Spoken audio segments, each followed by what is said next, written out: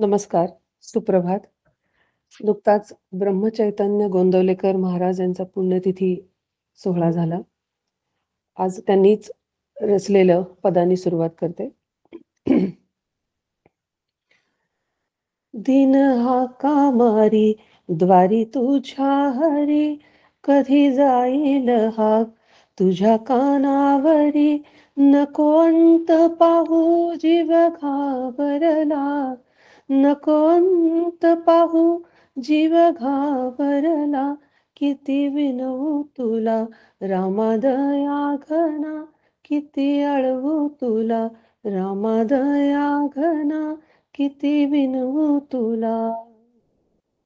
विषयाने मला दिन केले भारी, तुझ विणता सांग कोण तारी.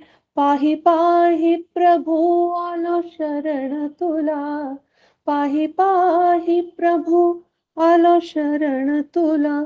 किती विनवू तुला रामा दया घना, किती अळवू तुला रामा दया घना. पापिया ज्या मेळा मुक्त केले कोणी, गणिका गजेंद्रासी उद्धरिले कोणी. उपेक्षिसी काय तू दीन बाळा, उपेक्षिसी काय तू दीन बाळा. किती विनवू तुला रामा दया घना, किती अळवू तुला रामा दया घना. म्हणवितो तुझा ब्रीद राखे हरी, ठेवी चरणावरी नको लोटू धरी.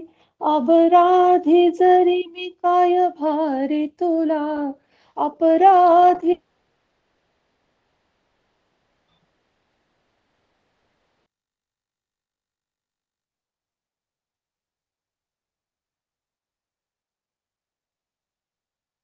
ऐकोनी या दिन वाणी गुरु राये. नाभी नाभी ऐसे उभारोनी पाहे, रामपाठ करी भय नाही तुला, रामपाठ करी भय नाही तुला.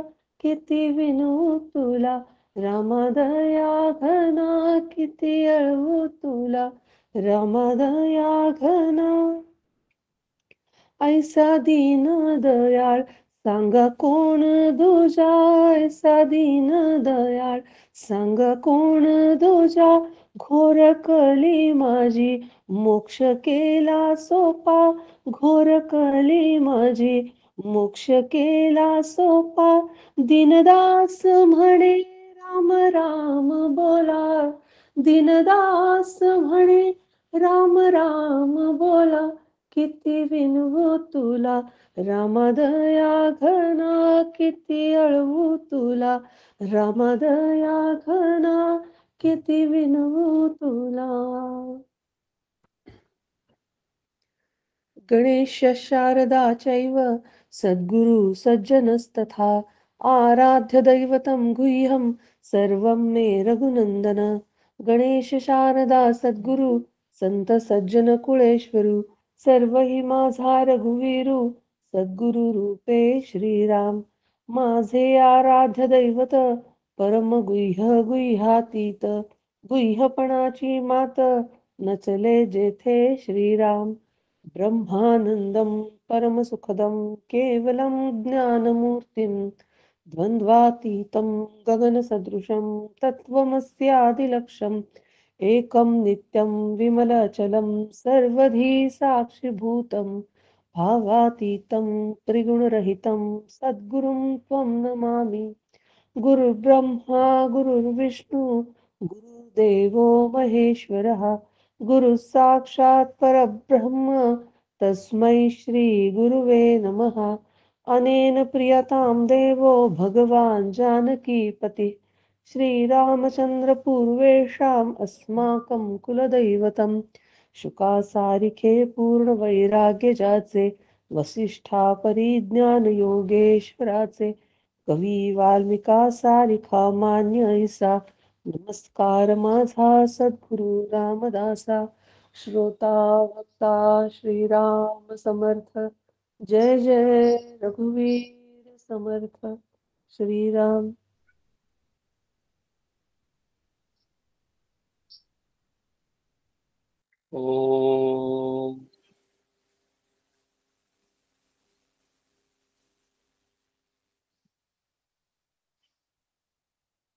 ओम सहना भवतु सहनौ भुनक्तु सह वीर्यं कर्वावहै तेजस्विनावधीतमस्तु मा विद्विषावहै।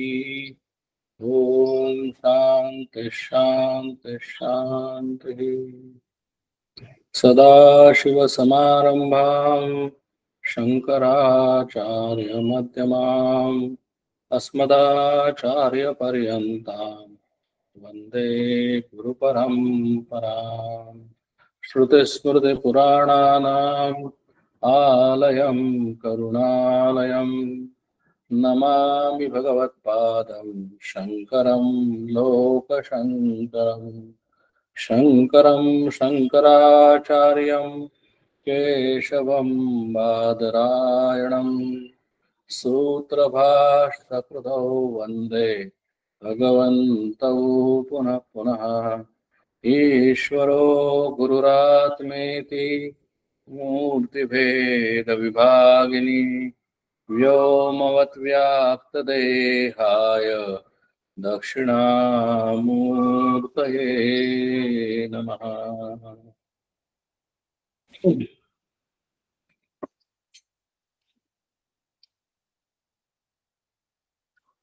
मागच्या वेळेला आपला 10वा दशक पूर्ण झाला, म्हणजे दासबोधाचा निम्मा भाग आपण अभ्यासला. आपण त्याच्यावर पूर्णपणे गेला 1-2 वर्ष किंवा 2.25 वर्षामध्ये वेगवेगळ्या प्रकाराने चिंतन केलं, मनन केलं, त्याच्यावर साधना या सर्व बघितल्या.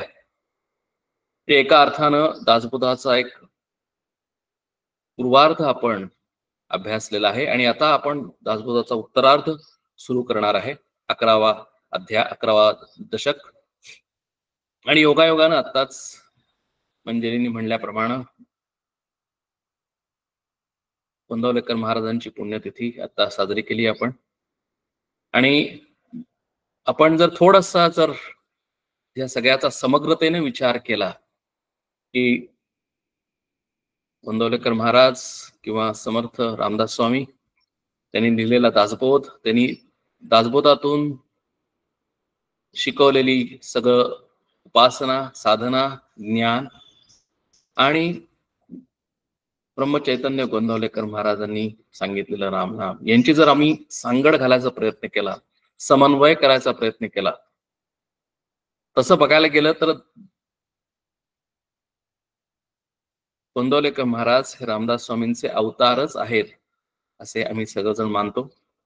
पण मग बऱ्याच वेळेला असा प्रश्न पडतो की समर्थांनी दासबोध दिला, समर्थांनी अनेक प्रकारांनी विविधतेनी साधना, उपासना, ज्ञान, कर्म या सगळ्यांची सांगड घातली आणि समर्थांनी सुद्धा ठासून सांगितलं की ज्ञान, आत्मज्ञान झाल्याशिवाय आमच्या जीवनाला एक अर्थ प्राप्त होणार नाही किंवा आमच्या जीवनामध्ये एक अतिशय निर्भय जो आनंद आहे किंवा अतिशय निरतिशय शांतता आहे जीवनामध्ये जगत असताना, हे आनंद आणि शांतीची प्राप्ती आम्हाला आत्मज्ञानाशिवाय होणार नाही असं समर्थांनी आतापर्यंत या 10 दशकामध्ये ठासून सांगितलं. आणि ते कसं मिळवायला पाहिजे, कसं ते मिळवण्यासाठी काय काय करायला पाहिजे हे सुद्धा सर्व सांगितलं. आणि हे जर आम्ही एका ठिकाणी बघितलं आणि त्यामुळे आम्हाला ते खूप कधी कधी अवघडही वाटतं, कारण आजचा दशक, भीम दशक, हा पहिला समास, हा सिद्धांत निरूपण. आणि सिद्धांत हा अतिशय अवघड असतो, अतिशय सूक्ष्म असतो. आणि सिद्धांत जो सांगतो की मी स्वतः ब्रह्मस्वरूप आहे, आत्मस्वरूप आहे, ज्ञान स्वरूप आहे आणि मी स्वतःच आनंद स्वरूप असल्यामुळे मी स्वतःच ती निरतिशय आनंद किंवा निरतिशय शांतता असल्यामुळे बाकी जे सर्व आहे ते सर्व हे आहे म्हणलं तर आहे, नाही म्हणलं तर नाही. आहे म्हणायचं कारण ते मला अनुभवाला येतं, मला ते दिसतं, आणि नाही का म्हणायचं तर त्याला सत्यत्व नाही, त्याला त्याला जन्म आणि मृत्यू आहे, ते येणारं जाणारं आहे, ते शाश्वत नाही, ते ट्रान्झियंट आहे, काही वेळेपुरतं असेल, काही वर्षांपुरतं असेल, पण त्याच्यानंतर ते नाही. म्हणूनच त्याला मिथ्या असं म्हटलेलं आहे. आणि मग ते जर आम्ही बघितलं, तो सिद्धांत आम्ही जर मनामध्ये जर धारण करायचा प्रयत्न केला तर आमचं जीवन पूर्णपणे बदलून जाईल. हेच आम्हाला समर्थांनी सांगितलं आतापर्यंतच्या 10 दशकांमध्ये. पण आमच्या सामान्य साधकांसाठी ते अतिशय अवघड असल्यामुळे, कारण जे दिसतं त्याच्यावर आमचं विश्वास असल्यामुळे, शरीर दिसतं, आजूबाजूला सृष्टी दिसते, माणसं दिसतात, विषय दिसतात, आणि त्यामुळे त्यातून आम्हाला त्या एका आत्मस्वरूपाच्या चिंतनाची, एका आत्मस्वरूपाच्या मननाची आम्हाला खूप भीती वाटते म्हणा, किंवा आम्हाला तिथपर्यंत जाण्यासाठी खूप अवघड वाटतं असं म्हणा. आणि म्हणूनच समर्थांनी अवतार घेतला गोंदवलेकर महाराजांचा, आणि तेच सर्व सिद्धांत, तेच सर्व कर्म, उपासना, ज्ञान, तोच पूर्णपणे दासबोध या 2 शब्दांमध्ये, रामनामामध्ये त्यांनी समाविष्ट केला. आणि हे आम्हाला दाखवून दिलं की त्या 2 राम या शब्दामधूनच आम्हाला सर्व काही मिळू शकेल. राम या शब्दाची साधना केल्यानंतर, रामनामाचं स्मरण केल्यानंतर, रामनामाचा जप केल्यानंतर, प्रत्यक्ष रामाचे गुणगान, चरित्रगान, नाम स्मरण या उपासना केल्यानंतर स्वतः तो सिद्धांत म्हणजेच तो आत्मा राम, म्हणजेच राम, प्रभू श्रीराम, तो माझ्या आतच आहे, तो फक्त मला अवतीर्ण होतो. हेच आम्हाला गोंदवलेकर महाराजांनी संबंध त्यांच्या आयुष्यामध्ये नुसतं सांगितलं नाही तर करून दाखवलं. म्हणजे साधकांसाठी हे अतिशय महत्वाचं आहे की कन्फ्युजन मध्ये पडण्याच्या ऐवजी हे करू का ते करू, ते मोठं आहे का ते श्रेष्ठ आहे का हे श्रेष्ठ आहे, या वादामध्ये अडकण्याच्या ऐवजी अतिशय निष्ठेनं आम्ही एक साधन धरणं, आणि ते साधन आम्ही शेवटपर्यंत कन्सिस्टंटली करणं, हे साधकाच्या दृष्टीनं अत्यंत आवश्यक आहे. आणि हे सांगण्यासाठीच आम्हाला हे 2 अवतार झालेले आहेत, आणि 2 त्यांनी दिलेले जे मार्ग आहेत ते सुद्धा 2 मार्ग हे एकच आहेत. म्हणजे आम्ही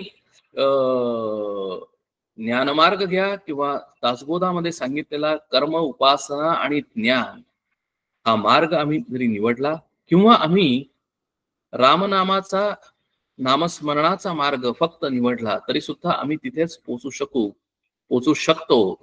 हेच आम्हाला या दोन्ही संतांनी, दोन्ही समर्थांनी, दोन्ही महात्म्यांनी, दोन्ही आम्हाला दाखवून दिलं. फक्त आमचा प्रॉब्लेम इथे आहे की आम्ही दोन्हीपैकी काहीही आम्ही कन्सिस्टंटली करत नाही. दोन्हीपैकी काहीही आम्ही नित्य किंवा सदा सर्वदा करत नाही. दोन्हीपैकी काहीही आम्ही मन लावून मनापासून करत नाही. दोन्हीपैकी काहीही आम्ही एक खूप अवघड आहे म्हणून सोडून देतो, आणि एक खूप खूप सोपं आहे म्हणून सोडून देतो. कारण खूप सोपं असलं तर त्याच्यामध्ये निष्ठा प्राप्त होत नाही, त्याच्याबद्दलचं महत्व वाटत नाही, आणि आमच्यामध्ये करण्याचा चलता है ऍटिट्यूड येतो. ते कशासाठी करायचं, नामस्मरण दिलं असेल तर ते कशासाठी करायचं, का करायचं, कशा पद्धतीने करायचं, आणि काय केल्यानंतर मला त्याचं काय फळ येणार आहे, हे आम्ही समजून उमजून करत नाही. कारण का की ते अतिशय सोपं आहे असं मला वाटतं, पण ते सगळ्यात जास्त अवघड आहे. आणि ह्याच कारण आत्ताच जो आपण अभंग ऐकला त्यावेळेला स्वतः महाराज म्हणतात की आम्हाला का अवघड आहे, आम्हाला सगळं मान्य, मनापासून खूप इच्छा आहे, आतून खूप तळमळ आहे, असं खूप भावना आहेत, पण तरी सुद्धा आम्हाला का अवघड आहे याचं कारण एकच आहे की आम्हाला वाटणारी विषयांबद्दलची आस्था, तळमळ किंवा व्हॅल्यू, आणि जोपर्यंत आम्हाला या विषयांबद्दल व्हॅल्यू वाटते, विषयांबद्दल व्हॅल्यू म्हणजे आमच्या आजूबाजूला जे काही विषय आहेत, संपत्ती असेल, पैसा अडका असेल, घर जुमला या गोष्टी असतील, किंवा आमची मुलं बाळ असतील, नातेवाईक असतील, किंवा आमचं सत्ता असेल, संपत्ती असेल, प्रसिद्धी असेल, नवे नवे आमचा स्वतःचा देह सुद्धा असेल, जोपर्यंत आम्हाला या सगळ्या गोष्टींबद्दल व्हॅल्यू वाटते, जोपर्यंत आम्हाला या सगळ्या गोष्टी हव्या हव्याशा वाटतात, जोपर्यंत या सर्व गोष्टी आम्हाला पाहिजेच आहेत असं ज्या वेळेला भाषा आम्ही करतो, त्यावेळेला आम्ही नामस्मरणापासून दूर जातो. म्हणून असं म्हटलेलं आहे की भक्ती ही सुरावरची पोळी असं म्हटलेलं आहे. कारण भक्ती करणं इतकं सोपं नाही. भक्ती करताना एका संतांनी म्हणलेलं आहे की भक्ती करताना सौदा कसा केला जातो, म्हणजे बिझनेस करताना डील केलं जातं, तर भक्तीमध्ये डील कसं केलं जातं. कारण आम्हाला भक्ती करणं म्हणजे काय, तर आम्हाला भक्ती करणं म्हणजे अभंग म्हणणं ही म्हणजे भक्ती आम्हाला वाटतं, किंवा आम्ही नामस्मरण करणं म्हणजे भक्ती करणं असं आम्हाला वाटतं. काही तास आम्ही नामस्मरण केलं, काही तास आम्ही भजन केलं, काही तास आम्ही तीर्थयात्रेला गेलो, उत्सव साजरा केला की आम्हाला असं वाटतं की आम्ही खूप भक्त आहोत, मनापासून आम्ही भक्ती करतो. एका संतांनी सांगितलेलं आहे की हा भक्तीचा सौदा असा केला जातो, हे डील असं केलं जातं की माझं स्वतःच ते देह मी समर्पण करतो. म्हणजे थोडक्यात काय की मी माझं मस्तक मी एका बाजूला एका तराजूत ठेवतो आणि ते मी माझ्या रामाला अर्पण करतो. याचाच अर्थ असा आहे की भक्तीमध्ये मी स्वतःच सर्व अस्तित्व, माझं स्वतःच सर्व अस्तित्व मी बाजूला ठेवतो. मला आवडतं काय, मला नावडतं काय, मला पाहिजे काय, मला नको पाहिजे काय, किंवा या सर्व गोष्टी तो साधक किंवा तो भक्त त्या स्वतःसाठी तो जगत नाही, तो फक्त त्या प्रभू श्रीरामासाठी जगतो. म्हणजे एका बाजूला स्वतःच सर्व अस्तित्व तो देऊन टाकतो, शरीरानी नाही. ज्यावेळेला आम्ही म्हणतो की खरोखर मस्तक दिला, याचा अर्थ खरोखर मस्तक काढून देत नाहीत, तर माझं सर्व अहंकार, माझा सर्व असलेला, माझा स्वतःबद्दल असलेलं प्रेम, माझ्या शरीराबद्दल असलेलं प्रेम, या सर्व सृष्टीबद्दल असलेलं माझं प्रेम, म्हणजेच या सगळ्या विषयांबद्दल असलेलं माझं प्रेम. आणि हेच आम्हाला सगळ्यांना जास्त अवघड आहे. आणि जोपर्यंत आम्ही, कारण इथे सौदा हा इक्वल लेवलला होत नाही की आम्ही हेही करतो आणि आम्ही तेही करतो अशा पद्धतीने. हो ठीक आहे, सुरुवातीच्या काळामध्ये ज्यावेळेला आम्ही मॉन्टेसरी भक्तीच्या मॉन्टेसरी लेवलला असतो त्यावेळेला हे सगळं बरोबर आहे. पण ज्यावेळेला हळूहळू आम्ही वरच्या इयत्तेत जातो, साधनेमध्ये आम्ही प्रगती करत जातो, त्यावेळेला जर आम्हाला खरोखर जर प्रभू श्रीरामाचं दर्शन जर पाहिजे असेल, जर आम्हाला खरोखर जर निरतिशय आनंद पाहिजे असेल, म्हणजे अतिशय ह्या शरीरामध्ये जगत असतानाच याची देही याची डोळा, सर्व दुःखांचा निराश आणि आनंदाची प्राप्ती, ही अवस्था जर प्राप्त करायची असेल, जर आम्हाला अतिशय शांतता प्राप्त करायची असेल, तर आम्हाला आमचं सर्वस्व, आमचं मस्तक, आमचं सर्वस्व, आमचं पूर्णपणे शरणागती त्या प्रभू श्रीरामाच्या पायावर ठेवून आम्हाला पुढचं आयुष्य घालवावं लागतं. आणि म्हणूनच आता इथून पुढचे जे 10 दशक चालू होणार आहेत, ते थेरॉटिकल ज्ञान आम्हाला मिळालं. आम्ही स्वतः आनंद स्वरूप आहेत, आम्ही स्वतः रामस्वरूप आहे, आम्ही स्वतः शरणागत आहोत, आम्ही स्वतः पूर्णपणे आम्ही सौदा करून आमचं मस्तक रामाच्या चरणी वाहून आम्ही आता या जीवनामध्ये जगणार आहोत किंवा जगण्याची इच्छा करत आहोत. आता आम्ही आमच्यासाठी जगत नाही, तर आम्ही रामासाठी जगतो आहोत. करिष्ये वचनम तव, अशी जी अवस्था निर्माण होते की ती अवस्था साधकाला पुढे या शरीरामध्ये असताना तो जगत राहतो फक्त रामाच्या इच्छेनुसार.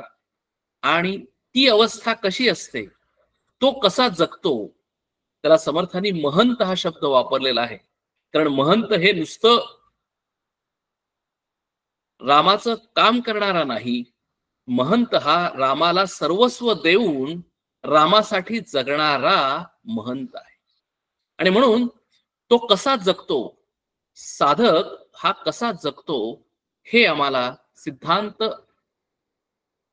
आत्मसात केल्यानंतर, मी ब्रह्मस्वरूप आहे हा सिद्धांत आत्मसात केल्यानंतर, तो त्यालाच शास्त्रामध्ये शब्द वापरला जातो की आत्मनिष्ठा, की जे काही मी शरीर आहे, मी शरीर आहे ही माझी निष्ठा आहे आज, मी देह आहे, मी देह आहे ही माझी निष्ठा आहे आज, हे मला सांगायला लागत नाही. पण याच्या बरोबर उलटी निष्ठा म्हणजे ती आत्मनिष्ठा, म्हणजे मी स्वतः परब्रह्म परमात्मा स्वरूप आहे, आनंद स्वरूप आहे, मी नित्य चैतन्यमय आहे, ही जी निष्ठा आहे, हे ज्ञान पहिल्या 10 दशकामध्ये मिळालं. आणि ते ज्ञान आता स्टेबल होण्यासाठी, ते ज्ञानाचं रूपांतर निष्ठेमध्ये रूपांतर होण्यासाठी, ती अवस्था 24 तास टिकण्यासाठी आता इथून पुढचे सगळे दशक समर्थांनी सांगितलेले आहे. आणि ते आता आपण पाहणार आहोत. म्हणून मुद्दाम थोडीशी प्रस्तावना अशी की आता थोडासा ट्रॅक चेंज होतो, की आता इथून पुढे की ती अवस्था कायम टिकावी, 24/7, ऑलवेज कनेक्टेड, ऑलवेज ऑन, हे जसं सायन्समध्ये किंवा टेक्नॉलॉजीच्या युगामध्ये म्हणलं जातं, त्या पद्धतीने मी स्वतः आत्मस्वरूप आहे, म्हणजे मी स्वतः आनंद स्वरूप आहे, ही अवस्था. कारण आता तर माझं स्वतःच अस्तित्व राहिलं नाही, म्हणजे तो सौदा ऑलरेडी झालेला आहे, डील झालेला आहे. म्हणजे काय, तर माझं मस्तक मी ऑलरेडी अर्पण केलेलं आहे. म्हणजेच थोडक्यात काय, की माझा स्वतःचा अहंकार आता राहिलेला नाही, म्हणजेच मी माझ्या स्वतःसाठी जगत नाही, मी माझ्या रामासाठी जगतो. मी माझ्या स्वतःसाठी मला काहीही मिळवायचं नाही, आता फक्त मी रामाने जे सांगेल तेच काम करतो. आणि यातूनच ती आत्मनिष्ठा निर्माण होते, यातूनच तो साधक राम स्वरूप होतो, तो स्वतः समर्थ होतो. तो कसा होतो ते आता आपल्याला समर्थ या दशकांमधून, इथून पुढच्या दशकांमधून सांगणार आहेत. आपण तो दशक चालू करूया. सुरुवातीला परंतु परत एकदा समर्थ रिव्हिजन करण्यासाठी, आमची स्वतःचीच रिव्हिजन करण्यासाठी परत एकदा तो सिद्धांत आम्हाला उलगडून सांगतात आणि म्हणतात की आता आपण तो सिद्धांत पाहू आणि मग त्या सिद्धांतानुसार, म्हणजेच मी स्वतः समर्थ आहे हे मला कळल्यानंतर मी समर्थ कसा राहू शकेन, याच्यासाठी आता आपल्याला पहिल्यांदा सिद्धांत म्हणजे मी समर्थ कसा आहे हे समर्थ सांगतात. दशक 11वा भीमदशक, समास पहिला, सिद्धांत निरूपण. श्रीराम समर्थ. आकाशापासून वायू होतो, हातो प्रत्यय येतो, वायूपासून अग्नी जोतो, सावध ऐका श्रीराम. वायूची कठीण खिसणी, तेथे निर्माण झाला वन्नी, मंद वायू शीतळ पाणी, तेथून झाले श्रीराम. आपापासून झाली पृथ्वी, ते नाना बीजरूप जाणावी, बीजापासून उत्पत्ती व्हावी, हा स्वभावाची आहे श्रीराम.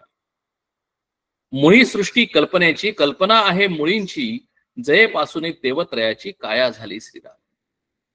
आता ह्या सगळ्या ओव्यांमधून समर्थ आपण जो आतापर्यंत अनेक वेळेला ऐकलेला आहे तोच सिद्धांत आपल्या समोर मांडतात. या सृष्टीची निर्मिती कशी झाली, तर पंचमहाभूतांपासून झाली. आणि सृष्टीची निर्मिती होताना माझी निर्मिती कशी झाली ते सुद्धा याच्यामध्ये इनहेरंट आहे. कारण मी सुद्धा पहिल्यांदा, जरी मला आता शरीर रूपानं दिसत असलो तरी सुद्धा मी आकाशापासून बनलेलो आहे. आकाशापासून वायू बनलेला आहे, कारण आकाश हे निश्चल आहे, आपण मागच्या समासात पाहिलेलं होतं. आणि आकाशाचंच ट्रान्सफॉर्मेशन वायूमध्ये झालं, कारण वायूला चंचलता आहे, म्हणजे कायनेटिक एनर्जी आहे. स्टॅटिक एनर्जी आणि कायनेटिक एनर्जी. आकाश हे स्टॅटिक एनर्जी आहे आणि वायू कायनेटिक एनर्जी आहे. जर वायू जर वाहत नसेल, वायू जर स्थिर असेल, तर तिथे फक्त आकाश आहे. आणि त्या आकाशामध्ये थोडीशी हालचाल झाली, थोडीशी चंचलता आली, थोडीशी अस्थिरता आली की तिथे वायूची निर्मिती होते. वायूपासून अग्नी होतो, कारण वायू ज्या वेळेला वायू जोरात वाहतो त्याला घर्षण होतं, त्यावेळेला त्या घर्षणातून अग्नी निर्माण होतो आणि ज्या वेळेला मंद वायू वाहत असतो त्याच्यातूनच पाणी, शीतळ पाणी निर्माण होतं. आणि या क्रमाने आकाश, वायू, अग्नी आणि आप आणि पृथ्वी निर्माण होते सगळ्यात शेवटी. आणि पृथ्वी ही बीजरूप जाणावी असं इथं समर्थ म्हणतात. कारण त्या बीजातूनच सर्व काही निर्माण होतं, म्हणून पृथ्वीला बीजरूप म्हणलेलं आहे, म्हणून पृथ्वी माता म्हणलेली आहे. आणि म्हणून माझं सुद्धा जर स्वरूप जर बघितलं, खरोखर जरी आज मला माझं शरीर दिसत असेल, पण तरी सुद्धा ते शरीर जर कशापासून निर्माण झालेलं आहे असं जर मी बघितलं, तर माझं शरीर सुद्धा, म्हणजे आपण जर थोडासा विचार केला तर गाढ झोपेमध्ये मी फक्त आकाश स्वरूप आहे. गाढ झोपेमध्ये मला माझ्या शरीराची जाणीव नाही. बघा, रात्रीत प्रत्येकाचा आमचा अनुभव आहे. ज्यावेळेला मी गाढ झोपलेलो असतो त्यावेळेला मी कुठे झोपलेलो आहे मला माहिती नाही. मी भारतात आहे का या पृथ्वीवर आहे का मी मार्सला गेलेलो आहे हे सुद्धा मला माहिती नाही. मी या शरीरामध्ये आहे का नाही हे सुद्धा मला कळत नाही. मला अजिबात प्रत्यय येत नाही, अनुभव येत नाही. म्हणून त्यावेळेला त्या स्टेटमध्ये, गाढ झोपेमध्ये, जरी मला ती अज्ञानाची अवस्था असेल, ती मला माहिती जरी नसेल, तरी सुद्धा मी खरोखर त्या आकाशाशी एकरूप झालेलो असतो. म्हणजेच त्या परब्रह्म परमात्म्याशी एकरूप झालेलो असतो. कारण तेच माझं स्वतःचं रूप आहे, तोच माझा स्वतःचा स्वभाव आहे, तोच माझं स्वतःचं रूप आहे, स्वरूप आहे. आणि ज्या वेळेला मी सकाळी उठतो त्यावेळेला ऑटोमॅटिकली या सर्व गोष्टी इतक्या फास्ट होतात. आकाशातून वायू, वायूतून अग्नी, अग्नीतून आप आणि नंतर पृथ्वी आणि पृथ्वीतून सगळं बीज रूपानं हे सगळं शरीर निर्माण होतं. म्हणजे थोडक्यात निर्माण होतं म्हणजे मला जाणीव होते, म्हणजे मला या शरीराची जाणीव होते. पण मग असं जर असलं तरी मी कधीही हे जाणत नाही की मी स्वतः, माझं स्वतःचं स्वरूप हे परब्रह्म स्वरूप आहे. म्हणजेच मी स्वतः आत्माराम म्हणजे प्रभू श्रीराम स्वरूप आहे हे मी कधीही जाणत नाही. आणि मी ते बाहेर शोधण्याचा प्रयत्न करतो. म्हणजेच मी बहिर्मुखतेनं सकाळी उठल्यानंतर मी डोळे माझे आउटवर्ड फोकस आहेत, माझे कान आउटवर्ड फोकस आहेत. ऑटोमॅटिकली मी या सगळ्या सृष्टीमध्ये वावरतो, सृष्टीचा अनुभव घेतो आणि त्या प्रभू श्रीरामाला मी बाहेर शोधण्याचा प्रयत्न करतो. पण तो प्रभू श्रीराम माझ्या आतच आहे. आणि म्हणून इथे समर्थ पुढची कन्सेप्ट, पुढची पायरी आम्हाला सांगतात की मुळी सृष्टी कल्पनेची, कल्पना आहे मुळीची, जय पासून देवत्रयाची काया झाली श्रीराम.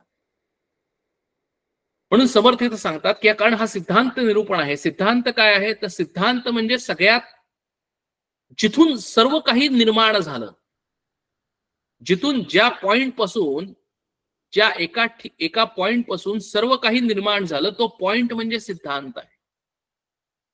म्हणजे ज्या वेळेला आम्ही कृष्णा नदी म्हणतो आणि कृष्णा नदी आम्ही ज्या वेळेला समुद्रापाशी पाहतो, विशाखापट्टणम पाशी पाहतो, त्यावेळेला ती कृष्णा नदीचं पात्र हे विस्तीर्ण आहे. कारण तिच्यामध्ये अनेक मोठे सगळ्या नद्या मिळाल्यामुळे तिचं पात्र खूप मोठं झालेलं आहे. तिच्यामध्ये भरपूर पाणी आहे. पण तीच कृष्णा जर आम्ही महाबळेश्वरला गेलो तर ती बीजरूप आहे. ते तिचं खरं स्वरूप आहे, तो तिचा खरा सिद्धांत आहे. म्हणजे कारण तिथूनच ती निर्माण झालेली आहे. आणि जर ती कशी असेल तर ती थेंब स्वरूप आहे. तिथं जर महाबळेश्वरला जर तुम्ही जर कृष्णा नदीच्या उगमापाशी जर जाऊन बघितलं तर कृष्णा नदी ही एका थेंब रूपामध्ये आहे, बीज रूपामध्ये आहे.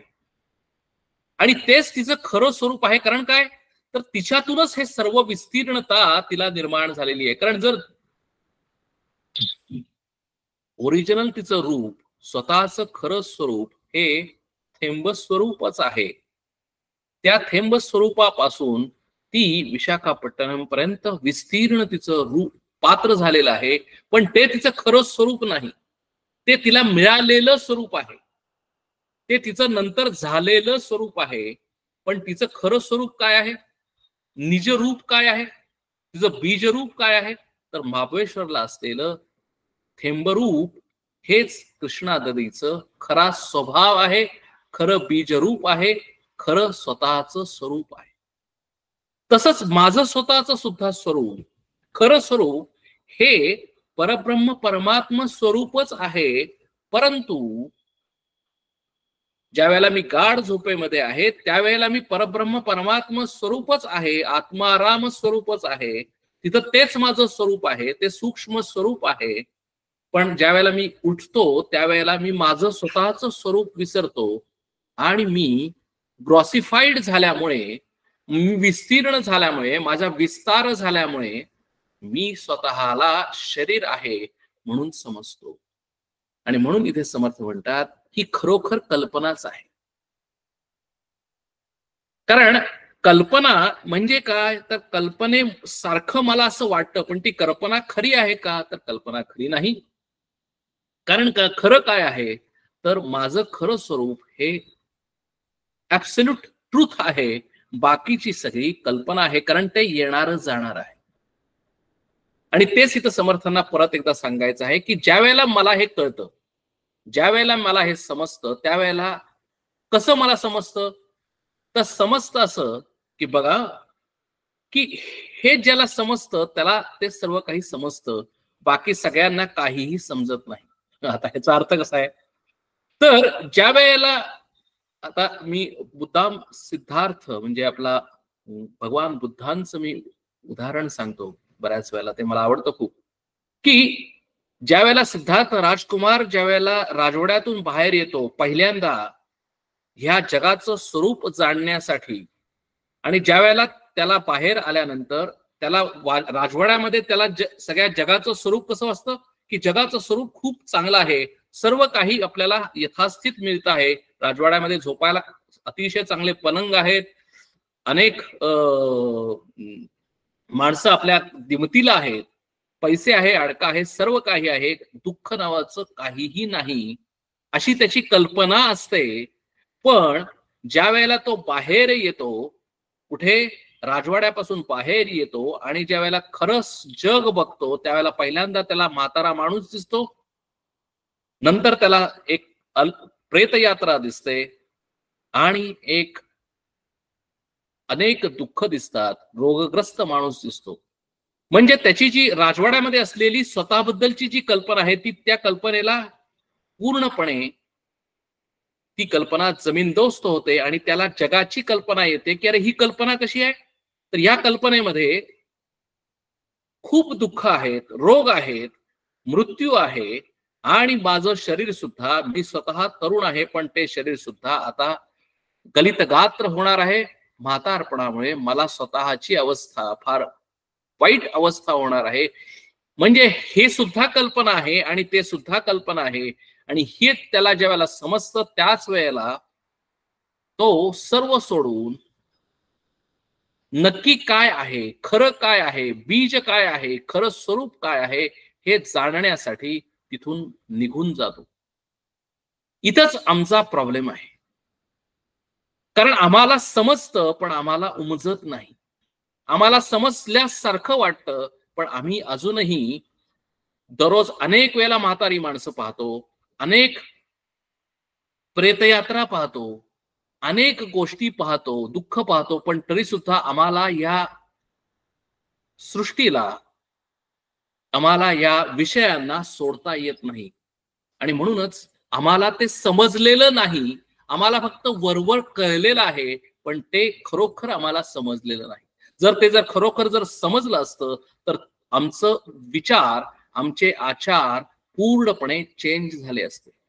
आणि जर आमचे आचार आणि विचार जर पूर्णपणे चेंज झालेले नसतील, मी कठोर बोलतो, पण तर आम्ही फक्त नुसतं भ्रमामध्ये आहे, आम्ही फक्त दासबोध वाचतो, आम्ही फक्त गोंदवलेकर महाराजांचा उत्सव साजरा करतो, परंतु आहे सगळ्या सृष्टीमध्ये, पण आम्ही सृष्टीमध्ये घट्ट धरून ठेवलेलं आहे, विषयांना घट्ट धरून ठेवलेलं आहे. ज्या वेळेला खरोखर जर आम्ही या समर्थांना किंवा महाराजांना जर ओळखलं असेल, तर त्यांनी सांगितल्याप्रमाणे आमच्यामध्ये चेंज झालाच पाहिजे. आणि हेच चेंज होणं हे अध्यात्माचं मूळ आहे. आणि जोपर्यंत आमच्यामध्ये चेंज होत नाही तोपर्यंत आम्ही अध्यात्म करायचं म्हणून करतो, पण त्याच्यामध्ये आमच्यामध्ये काहीही बदल होत नाही. म्हणून आम्हाला जर समजलं असेल तर आमच्यामध्ये क्षणात बदल व्हायला पाहिजे, युरेका मुवमेंट आमच्यामध्ये यायला पाहिजे आणि आमचं जीवन पूर्णपणे चेंज व्हायला पाहिजे. त्याच वेळेला आम्हाला खरं समजलं असं समर्थांना किंवा महाराजांना वाटेल. कारण हेच तर सांगायचं. आता समर्थांनी किती वेळेला सांगितले, आपल्या कितीतरी समाजामध्ये आपण आलेलं आहे. आणि म्हणून समर्थ परत परत परत परत परत परत ते सांगतात की अरे निश्चळामध्ये चंचल तेची कल्पना केवळ. कारण जे निश्चळ आहे, कायनेटिक एनर्जी आहे, ती प्रकृती आहे, ती माया आहे. आणि जे निश्चळ आहे ते स्टॅटिक एनर्जी आहे, ते परब्रह्म परमात्मा आहे. आकाशवत, आकाश हे निश्चळ आहे आणि वायू चंचल आहे. वायू ही कल्पना आहे, हे फक्त ट्रान्झिशन आहे, ही एक ट्रान्झियंट स्टेट आहे, ती खरी स्टेट नाही. कृष्णा नदीचं मोठं पात्र ही फक्त एक ट्रान्झियंट आहे, ते खरं स्वरूप नाही. तिचं स्वरूप हे महाबळेश्वरला असलेलं एक थेंब स्वरूप, हेच तिचं खरं स्वरूप आहे. बाकीचं सगळं जे आहे कल्पना आहे. आणि म्हणून हे ज्या वेळेला आम्हाला कळेल त्यावेळेला आमच्यामध्ये ट्रान्सफॉर्मेशन होईल. आणि म्हणूनच हे आम्हाला पुन्हा पुन्हा पुन्हा पुन्हा पुन्हा पुन्हा सांगितलं जातं या शास्त्रामध्ये, या दासबोधामध्ये, की अरे तू जे काय खरं काय जे आहे ते ओळख, तुझं खरं स्वरूप हे समजून घे. आणि ज्या वेळेला त्याच्याबद्दल त्याच्यामध्ये तुझी ज्या वेळेला निष्ठा प्राप्त होईल त्यावेळेला सर्व विषयांचं असणारं प्रेम, विषयांबद्दल असणारी आसक्ती, ममत्व एका झटक्यात गळून पडेल. आम्हाला ते टाकता येतच नाही, कारण आम्हाला या जगामध्येच जगायचं आहे, आम्हाला या विषयांचा उपयोग आहेच आणि या विषयांमध्येच आम्हाला जगायचं आहे. पण या विषयांमध्ये जगत असताना, या माणसांमध्ये जगत असताना त्या परब्रह्म परमात्म्य स्वरूपाप्रमाणे साक्षी रूपानं आम्हाला कसं जगायचं आहे ते आता आम्हाला समर्थ या समासामध्ये सुद्धा सांगणार आहे. आता त्यासाठी सिद्धांत सांगितला पाहिजे आणि म्हणून ती प्रकृती कशी आहे ते सांगितलं पाहिजे. जे चंचल आहे, जे निश्चयापासून चंचल ते दिसतंय, म्हणजे थोडक्यात काय की माझं शरीर रात्री गाढ झोपेमध्ये माझं शरीर स्थिर असतं. ते चंचल असतं का? ते नसतं, ते स्थिर असतं. पण दिवसा त्या स्टेटमध्ये माझं शरीर सारखं चंचल आहे, म्हणजे ते एका ठिकाणावरून दुसऱ्या ठिकाणावर जातं. माझं मन चंचल आहे, ते वेगवेगळे विचार करतं. आणि हे मायेचं स्वरूप आहे, हे अष्टधा प्रकृतीचं मूळ स्वरूप आहे. ते म्हणून ते कल्पना रूप आहे. कारण का की ती कल्पना आहे, ते मूळ स्वरूप नाही. कल्पना त्याची अष्टधा प्रकृती, अष्टधा त्याची कल्पना मूर्ती, मुळाग्रापासून उत्पत्ती अष्टधा जाणावी सदा. म्हणून समर्थ परत एकदा सांगतात की मुळाग्रापासून उत्पत्ती अष्टधा जाणावी. अष्टधा प्रकृती माया म्हणजे काय आहे, तर ती ट्रान्झियंट आहे, ती येणारी जाणारी आहे, तिला उत्पत्ती आहे, स्थिती आहे, लय आहे. पण जे मुळाग्र आहे ते कोण आहे? त्या मुळाग्रापासून अष्टधा प्रकृती निर्माण झालेली आहे. म्हणजे डिपेंडंट कोण आहे? तर अष्टधा प्रकृती डिपेंडंट आहे. इंडिपेंडंट कोण आहे? तर मुळाग्र इंडिपेंडंट आहे. म्हणजे थोडक्यात समर्थ आता पुढे सांगतील की मुळाग्राला जन्म मृत्यू नाही. मुळाग्र हे आहे आहे आहे, म्हणजे त्याला भूतकाळामध्येही होतं, भविष्य काळामध्येही असेल, वर्तमान काळामध्ये सुद्धा आहे. मुळाग्रापासून उत्पत्ती होते. जरी उत्पत्ती, स्थिती आणि नाश ही तिन्ही स्टेट अष्टधा प्रकृतीला असतील आणि अष्टधा प्रकृतीचा पूर्णपणे नाश झाला तरी सुद्धा मुळाग्राचा नाश होत नाही. बघा, मी गाढ झोपेमध्ये माझ्या शरीराचा नाश झाला, माझ्या मनाचा नाश झाला, तरी सुद्धा मी दुसऱ्या दिवशी सकाळी उठतोच. कारण माझा प्रकृतीचा, माझ्या स्वतःचा शरीराचा नाश होत नाही, तिथं लय झालेला असतो. माझ्या मनाचा नाश होत नाही, तिथं लय झालेला असतो. त्यामुळे सकाळी उठल्यानंतर त्या लयाचं परत एकदा जागृत होतो आणि परत माझी प्रकृती चालू राहते. 5 भूते 3 गुण 8 झाली दोन्ही मिळून, म्हणून अष्टधा प्रकृती जाणं बोली जेते श्रीराम. सोपं आहे अगदी, कारण 5 अधिक 3 8, म्हणून तिला अष्टधा प्रकृती म्हणतात. 5 कुठलं तर 5 भूते आकाश वायू अग्नी आप पृथ्वी, आणि 3 गुण म्हणजे सत्व रज तम.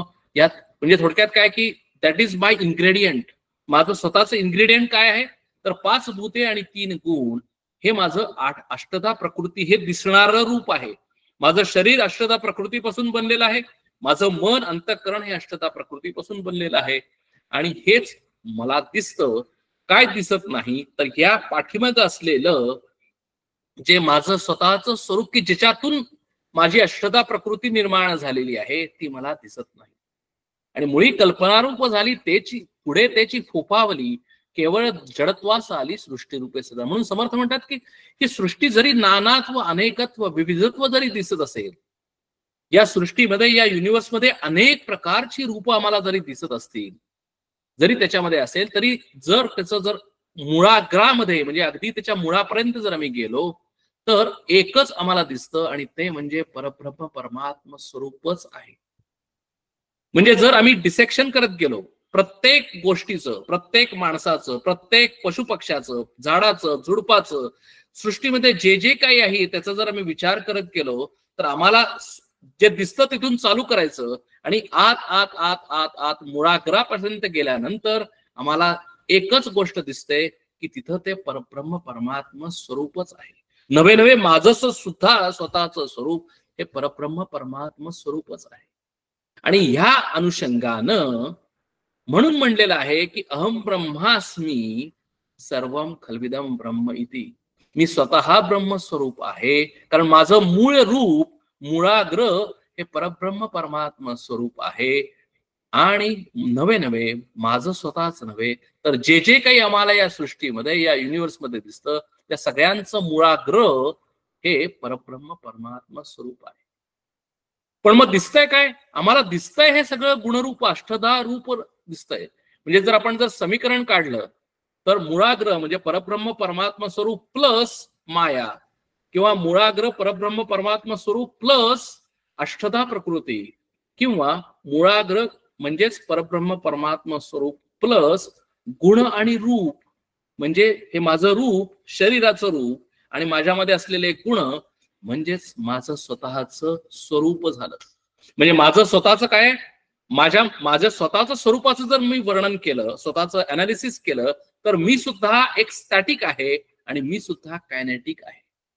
स्टॅटिक म्हणजे माझं स्वतःचं आत्माराम हे स्वरूप आहे, की हे माझं मुळाग्र रूप आहे, की मूळ रूप आहे. आणि माझं कायनेटिक रूप हे माझ्यामध्ये असलेलं माझं शरीर आणि माझ्या शरीराला जे चालवणारं माझं अंतःकरण हे म्हणजेच मन बुद्धी चित्त अहंकार ही माझी त्रिगुणात्मक माया आहे. ते कायनेटिक आहे आणि ते मला दिसतं.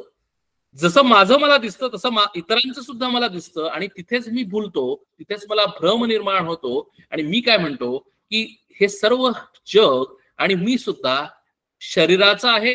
त्यामुळे शरीर जन्माला आलं की मी जन्मतो आणि शरीर मृत्यू पावलं की मी मृत्यू पावतो. आणि म्हणून मला या शरीराबद्दल अतिशय प्रेम निर्माण होतं, या शरीराबद्दल अतिशय आसक्ती निर्माण होते आणि म्हणूनच या शरीराला मी मृत्यू होणार नाही यासाठी अतिशय जपतो. म्हणजे या शरीराला कुठले रोग येऊ नयेत. मी जिम मध्ये जातो, मी व्यवस्थित खाण्याचा प्रयत्न करतो आणि जेणेकरून येन केन प्रकारानं माझं शरीर मी तरुण राखण्याचा प्रयत्न करतो. म्हणजे थोडक्यात काय की I am on a slippery slope. कारण हे कधीही शक्य नाही, अष्टधा प्रकृतीतून निर्माण झालेलं माझं शरीर हे कधीही तरुण राहणं शक्य नाही. हे जरी मला माहिती असलं, कधी ना कधीतरी ते वृद्धत्वाला जाणार आहे, कधी ना कधीतरी ते नष्ट पावणार आहे, तरी सुद्धा माझे सगळे एफर्ट्स मी त्या अष्टधा प्रकृतीकडे नेतो. मी मुळाग्राकडे बघत नाही, मुळाग्राकडे मी लक्ष देत नाही, मुळाग्राबद्दल मला व्हॅल्यू वाटत नाही, मुळाग्रामध्ये मी स्थिर होत नाही. समर्थ पुढे वर्णन करतात की त्या अष्टधा प्रकृतीतून जडत्वातून पुढे काय झालं तर म्हणून तर ह्याला अविद्या माया असं म्हटलेलं आहे. अविद्या माया म्हणजे काय तर अज्ञान, की हे एकदा माझ्यामध्ये घट्ट बसलं बघा. म्हणून एकदा त्याच्यामध्ये आपण सॉलिडिफिकेशन आणि लिक्विडिफिकेशन म्हणतो बघा, की एखादं जर सोनं जर लिक्विड फॉर्म मध्ये असेल आणि ते नंतर लिक्विड फॉर्म मध्ये मी त्याला कुठलाही फॉर्म देऊ शकतो. ज्या मुशीमध्ये मी त्याला घालू त्या मुशीमध्ये सोनं तो दागिना निर्माण होतो. पण जो सॉलिड दागिना आहे, सोन्याचा दागिना आहे, तो मला चेंज होत नाही, तो मला चेंज करता येत नाही, त्याला वितरवायलाच लागतं तरच तो चेंज होतो. तसं एकदा काही अष्टधा प्रकृती जडत्व असल्यामुळे ती एकदा सॉलिडिफाय झाली की मी चेंज होऊ शकत नाही. म्हणून आम्ही का चेंज होऊ शकत नाही? सगळ्या साधकांचा हाच प्रॉब्लेम आहे की मला कळतं पण वळत नाही. आम्ही आम्ही चेंज करू शकत नाही? याचं कारण आहे की एकदा ती माया, अविद्या माया जडत्व झाली, एकदा ती सॉलिडिफाय झाली, म्हणजे एकदा ती आमच्या अंगामध्ये, आमच्या मनामध्ये पूर्णपणे भिनली. आणि म्हणूनच साधकाला अनेक प्रकारच्या साधना करायला लागतात. मग आम्हाला नामस्मरणाची साधना का दिलेली आहे? तर नामस्मरणाची साधना दिलेली आहे कारण मी त्या प्रभू रामाशी ज्या वेळेला एकरूप होतो त्यावेळेला माझी जडत्व पावलेली जी अविद्या माया आहे, जडत्व पावलेली माझी देहबुद्धी आहे, ती हळूहळू हळूहळू वितरायला लागते.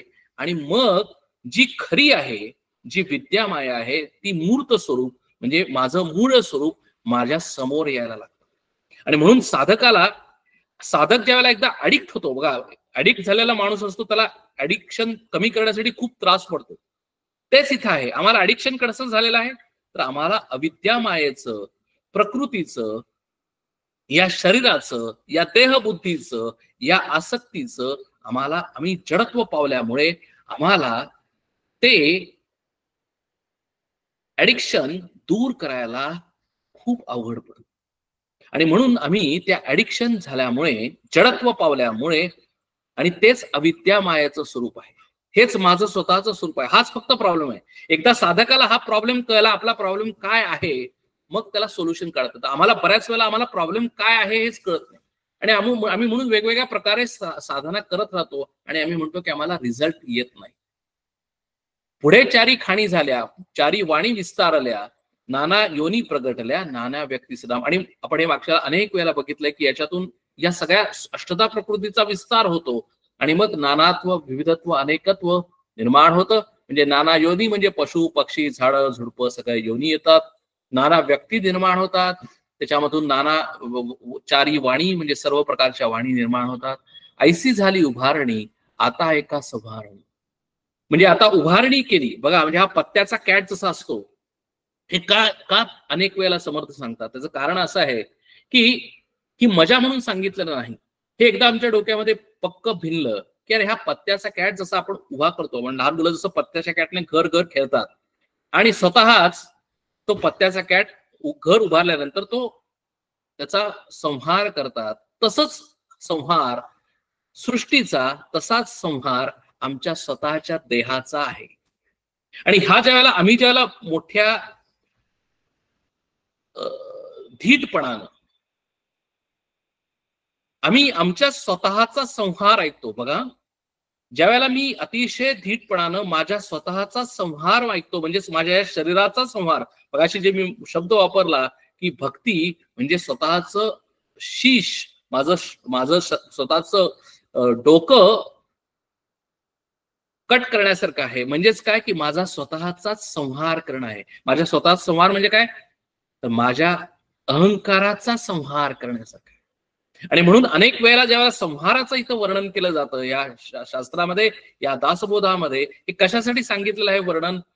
ही मजा म्हणून सांगितलेलं नाही की ज्या वेळेला आम्ही हा संहार पाहतो त्यावेळेला आम्हाला हे आमच्या मनामध्ये जे जडत्व आलेलं आहे, आमच्या बुद्धीला जे जडत्व आलेलं आहे, त्या बुद्धीला संस्कार व्हावेत की अरे जसं या सृष्टीचा संहार होतो तसं, आणि त्या संहार झाल्यानंतर सृष्टी पूर्णपणे नष्ट होतं, तसं मी सुद्धा नष्ट होणार आहे.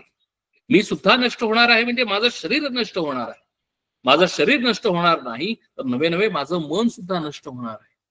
आणि हाचा ज्या वेळेला संहार होतो त्यावेळेला ज्या वेळेला संहारामध्ये सर्व काही जाईल त्यावेळेला फक्त एकच गोष्ट राहील, म्हणजे माझं स्वतःचं मूळाग्र राहील.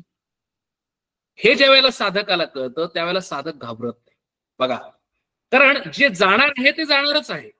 माझं शरीर कधीतरी मृत्यू पावणार आहे, ते मृत्यू पावणारच आहे, त्याचा संहार होणारच आहे. म्हणून मी जे जाणार आहे त्याच्यासाठी मी रडण्याचं कारण नाही, जे जाणार आहे त्याच्यासाठी मी दुःख करण्याचं कारण नाही.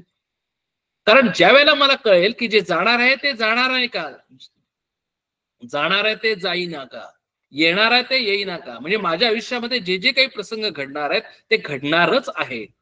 जे माझ्या आयुष्यामध्ये जाणार आहे ते जाणारच आहे, मग त्याच्यासाठी मला दुःख करायचं कारण नाही. हे मॅच्युअरली, विथ मॅच्युरिटी ज्या वेळेला साधक पाहायला लागतो. कारण जीवनामध्ये काय होतं की आमच्या जीवनामध्ये प्रसंग येतात आणि जातात, आम्हाला ऑप्शन्सच नाही.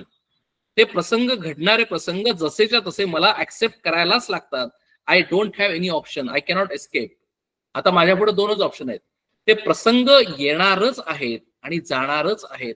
हे ज्या वेळेला मी मॅच्युअरली घेतो त्यावेळेला मला त्रास होत नाही, मला दुःख होत नाही, मला माझी अवस्था दयनीय होत नाही.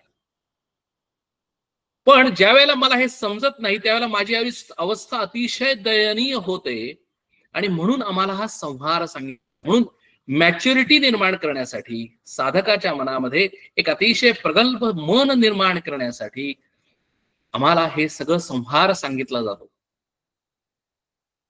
परंतु आता संकलित बोलीतील संहार संकेत, श्रोते वक्ते येथे चित्त देऊ नये का राम. समर्थ आता काय म्हणतात की आता मी विस्तार सांगितला, तो विस्तार म्हणजे थोडक्यात काय की पत्त्याच्या कॅट पासून मी घर निर्माण केलेलं आहे आणि आता मी तो घर झालेला आहे पत्त्याचं घर, त्याचा मी आता संहार करतोय. कसा संहार करतोय? समर्थ सांगतात की अरे, पत्त्याच्या कॅट प्रमाणे ही सगळी सृष्टी जाणार आहे. शतवरुषे अनावृष्टी तेथे अटेल जीवसृष्टी, ऐशा कल्पांताच्या गोष्टी शास्त्री निरोपले असतात.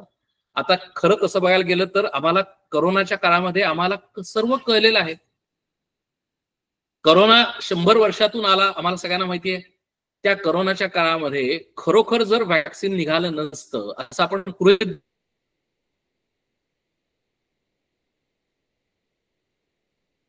धरू तर आमची सर्व, आणि हे आम्हाला कल्पना करणं फार अवघड आहे का? अजिबात अवघड नाही. कारण त्यावेळेला काय झालं असतं, या संबंध सगळ्या मनुष्य सृष्टीचा नाश झाला असता. तेच इथं समर्थ सांगतायत की अहो, ही जी सृष्टी, ह्या सृष्टीबद्दल आम्ही जेवढं प्रेम करतो, या सृष्टीवर प्रेम करतो, या सगळ्या माणसांवर प्रेम करतो, माझ्यावर प्रेम करतो, ती सृष्टी शतवरुषे अनावृष्टी तेथे अटेल जीवसृष्टी. अहो, 100 वर्ष जर पाऊस पडला नाही तर या सृष्टीमध्ये काय होईल? आम्ही अन्न पिकणार नाही, आम्ही खाणार काय? आम्ही खाऊ शकणार नाही. आणि सर्व सृष्टी तिथे मनुष्य सृष्टी म्हणजे जाईल, जीवसृष्टी जाईल. म्हणजे काय? तर पशुपक्षी जातील, झाडं झुडपं सुद्धा जातील. ऐशा कल्पांताच्या गोष्टी शास्त्री निरोपेल असे समर्थ म्हणतात की अहो, हे अवघड नाहीये, हे होण्याची सहज शक्यता आहेत. कारण आपलं सुद्धा सध्या या सायन्सच्या दृष्टिकोनातून बघतोय की अनेक वेळेला पाऊस पडत नाहीये. आज सूर्याचं सुद्धा तापमान अतिशय वाढलेलं आहे. त्याचं कारण आपल्याला सर्वांना माहिती आहे. आणि म्हणूनच असं एखादी वेळ आली, आणि हे एका वर्षाचं नाही, 2 वर्षाचं नाही, अजून 1000 वर्षांना असं होऊ शकेल की शतवर्षे अनावृष्टी तेथे आटेल जीवसृष्टी, ऐशा कल्पांताच्या गोष्टी शास्त्री निरोपेल असतात. म्हणजे आम्हाला समर्थ काय सांगतात त्याच्यातून की be ready for the end. 7 habits of highly effective people या पुस्तकामध्ये सुद्धा एक हॅबिट सांगितली आहे की begin with and in mind. Begin with and in mind. ज्यावेळेला मी माझा स्वतःचा मृत्यू पाहतो, मी या सगळ्या सृष्टीचा मृत्यू पाहतो, त्यावेळेला मी शांत होतो. कारण मला काय, then I am ready for anything. लक्षात बघा, हे this is the mind training आहे. It is a mind control आहे की ज्या वेळेला मी हे करतो, माझ्या स्वतःच्या मृत्यूबद्दल किंवा नातेवाईकांच्या मृत्यूबद्दल बोलायला टाळतो. आम्ही म्हणतो की नको नको, ते वाईट आहे, ते असं अभद्र बोलायला नको. पण अहो, ते अतिशय होणारच आहे. जर ते होणारच आहे तर त्याच्याबद्दल बोलायला का नको? आणि बोलल्यानंतर जर मॅच्युरिटी असेल तर आम्ही तयार होतो. कशासाठी तयार होतो? तर आमच्या स्वतःच्याच मृत्यूसाठी तयार होतो, की ज्या मृत्यूला आम्ही घाबरतोय. आणि म्हणून या साधनेचं किंवा या परमार्थाचं काय जर खरं स्वरूप जर असेल, काय जर खरं फळ जर असेल, तर त्या साधकाच्या मनामध्ये भीती पूर्णपणे निघून जाते. अभयम सत्व संश्रुती, त्याच्या मनामध्ये अभय निर्माण होतं या जीवनामध्ये जगत असतानाच. आणि हे होतंय का नाही हे साधकानं बघणं अतिशय आवश्यक आहे. जर आम्ही एका बाजूला साधना करतोय आणि दुसऱ्या बाजूला आमच्या मनामध्ये जर भीती असेल, तर याचा अर्थ असा आहे की साधना अजून आमची स्थिर झालेली नाही. आम्हाला अजून साधना करणं आवश्यक आहे. म्हणून ते म्हणतात की अहो 100 वर्ष अनावृष्टी झाल्यानंतर सर्व जीवसृष्टी जाणार आहे. 12 कळी तपे सूर्य, त्याने पृथ्वीची रक्षा होय. मग ते रक्षा विरोनी जाय जळांतरी श्रीराम. जर 12 वर्ष सूर्य तापतच राहिला, सूर्य कंटिन्युअस आम्हाला तापत राहिला, तर काय होईल? पृथ्वीची राख होईल. आम्ही कुणी जिवंत सुद्धा राहणार नाही. आणि राख झाल्यानंतर काय होईल? ती पाण्यामध्ये विरघळून जाईल. आणि नंतर काय होईल? तर वन्नी म्हणजे आग निर्माण होईल आणि त्या आगेमध्ये सर्व काही निघून जाईल. सगळं पृथ्वी वितळून जाईल. समीर वितुळे निराकारू जैसे तैसे श्रीराम. म्हणून काय होतं की ऐशी सृष्टी संहारिणी झाली, माका विस्तारे बोलली, माया निरासे उरली, स्वरूप स्थिती श्रीराम. समर्थांना काय सांगायचंय बघा, हे महत्वाचं सांगायचंय. काय सांगायचंय की मगाशी उत्पत्ती सांगितली, आता संहार सांगितला. म्हणजे काय झालं? ही अष्टधा प्रकृतीची विस्तार झाली आणि संहारही झाला. काय उरलं मग? फक्त माया निरासे उरली, स्वरूप स्थिती श्रीराम. म्हणजे ज्या वेळेला, म्हणून आमचं लक्ष समर्थांनी काय केलं की त्या अष्टधा प्रकृतीकडे, विस्ताराकडे ठेवलं नाही, संहाराकडे ठेवलं नाही, उत्पत्तीकडे ठेवलं नाही, तर त्या उत्पत्ती आणि संहाराच्या पलीकडे असलेली जी स्वरूप स्थिती आहे, की ज्या स्वरूप स्थितीमधून उत्पत्ती होणार आहे आणि ज्या स्वरूप स्थितीमध्येच संहार झाल्यानंतर मी जाणार आहे, त्या स्वरूप स्थितीकडे आमचं लक्ष समर्थांनी वेधलं आणि तिथं ते ठेवलं. नामस्मरण करायचं म्हणजे काय? तर ती स्वरूप स्थिती म्हणजे राम आहे. श्रीराम जय राम जय जय राम असं ज्याला मी म्हणतो, त्या रामामध्ये, त्या स्वरूपामध्ये माझं लक्ष, माझं मन ठेवायचं आहे. माझ्या मनामध्ये बाकी कुठलेही विचार त्यावेळेला येता कामा नये.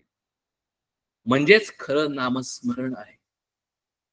माया निराश, ज्यावेळेला मायेचा निराश होतो त्यावेळेला माझ्या मनामधून सगळे विचार निघून जातात, माझ्या वृत्ती निघून जातात, माझ्या मनामध्ये कुठलीही चंचलता उरत नाही.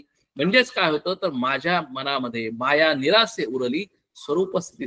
मी त्या रामाशी एकरूप होतो, कारण त्या माझ्याच आत असलेल्या आत्मारामाच्या स्वरूपामध्ये, की जे माझं स्वतःच स्वरूप आहे, की ज्यातून मी निर्माण झालेलो आहे आणि तिथंच मी लय पावणार आहे. संहार झाल्यानंतर मी तिथेच जाणार आहे. आम्ही जातो अमुच्या गावा, अमुचा रामराम घ्यावा, असं ज्यावेळेला तुकाराम महाराज म्हणतात. आणि ते इतक्या सहजतेने म्हणतात की अरे आम्ही जाणार आहोत आणि आम्ही जाऊन कुठे जाणार आहेत? आम्ही आमच्याच गावाला जाणार आहे. म्हणजे कुठे? तर आम्ही जिथून आलो तिथेच जाणार आहे. म्हणजे थोडक्यात काय की मी माझ्या स्वरूप स्थितीमध्येच मधूनच आलो आणि मी स्वरूप स्थितीलाच जाणार आहे. म्हणजे आम्ही तिथूनच आलो आणि तिथेच जाणार आहे. म्हणजे आम्ही काय? आम्ही मध्ये फक्त काही दिवस आलो, काही वर्ष आलो आणि काही वर्ष आम्ही काम केलं, काही वर्ष आम्ही उपासना केली, काही वर्ष आम्ही साधना केली, काही वर्ष आम्ही दासबोध आणि गाथा लिहून संबंध सगळ्या समाजाला शिकवण्याचं काम केलं. पण आम्ही आलो आणि तसेच आम्ही गेलो. जो जातो तो येतो, जो येतो तो जातो. म्हणून जो साधक आहे तो म्हणतो की मी येतही नाही आणि मी जातही नाही. का? तर मी त्या स्वरूपा स्थितीमध्ये, मी माझ्या स्वतःच्या निर्गुण निराकार परब्रह्म परमात्मा स्वरूपामध्ये स्थित आहे. जे ट्रान्झियंट आहे ते येणारं जाणारं येईल आणि जाईल. ती माझी प्रकृती असेल, ती माझा देह असेल. आणि म्हणून ते सांगतात की माया निरासे उरली, स्वरूप स्थिती श्रीराम. म्हणून या सगळ्याचा क्रक्स काय आहे?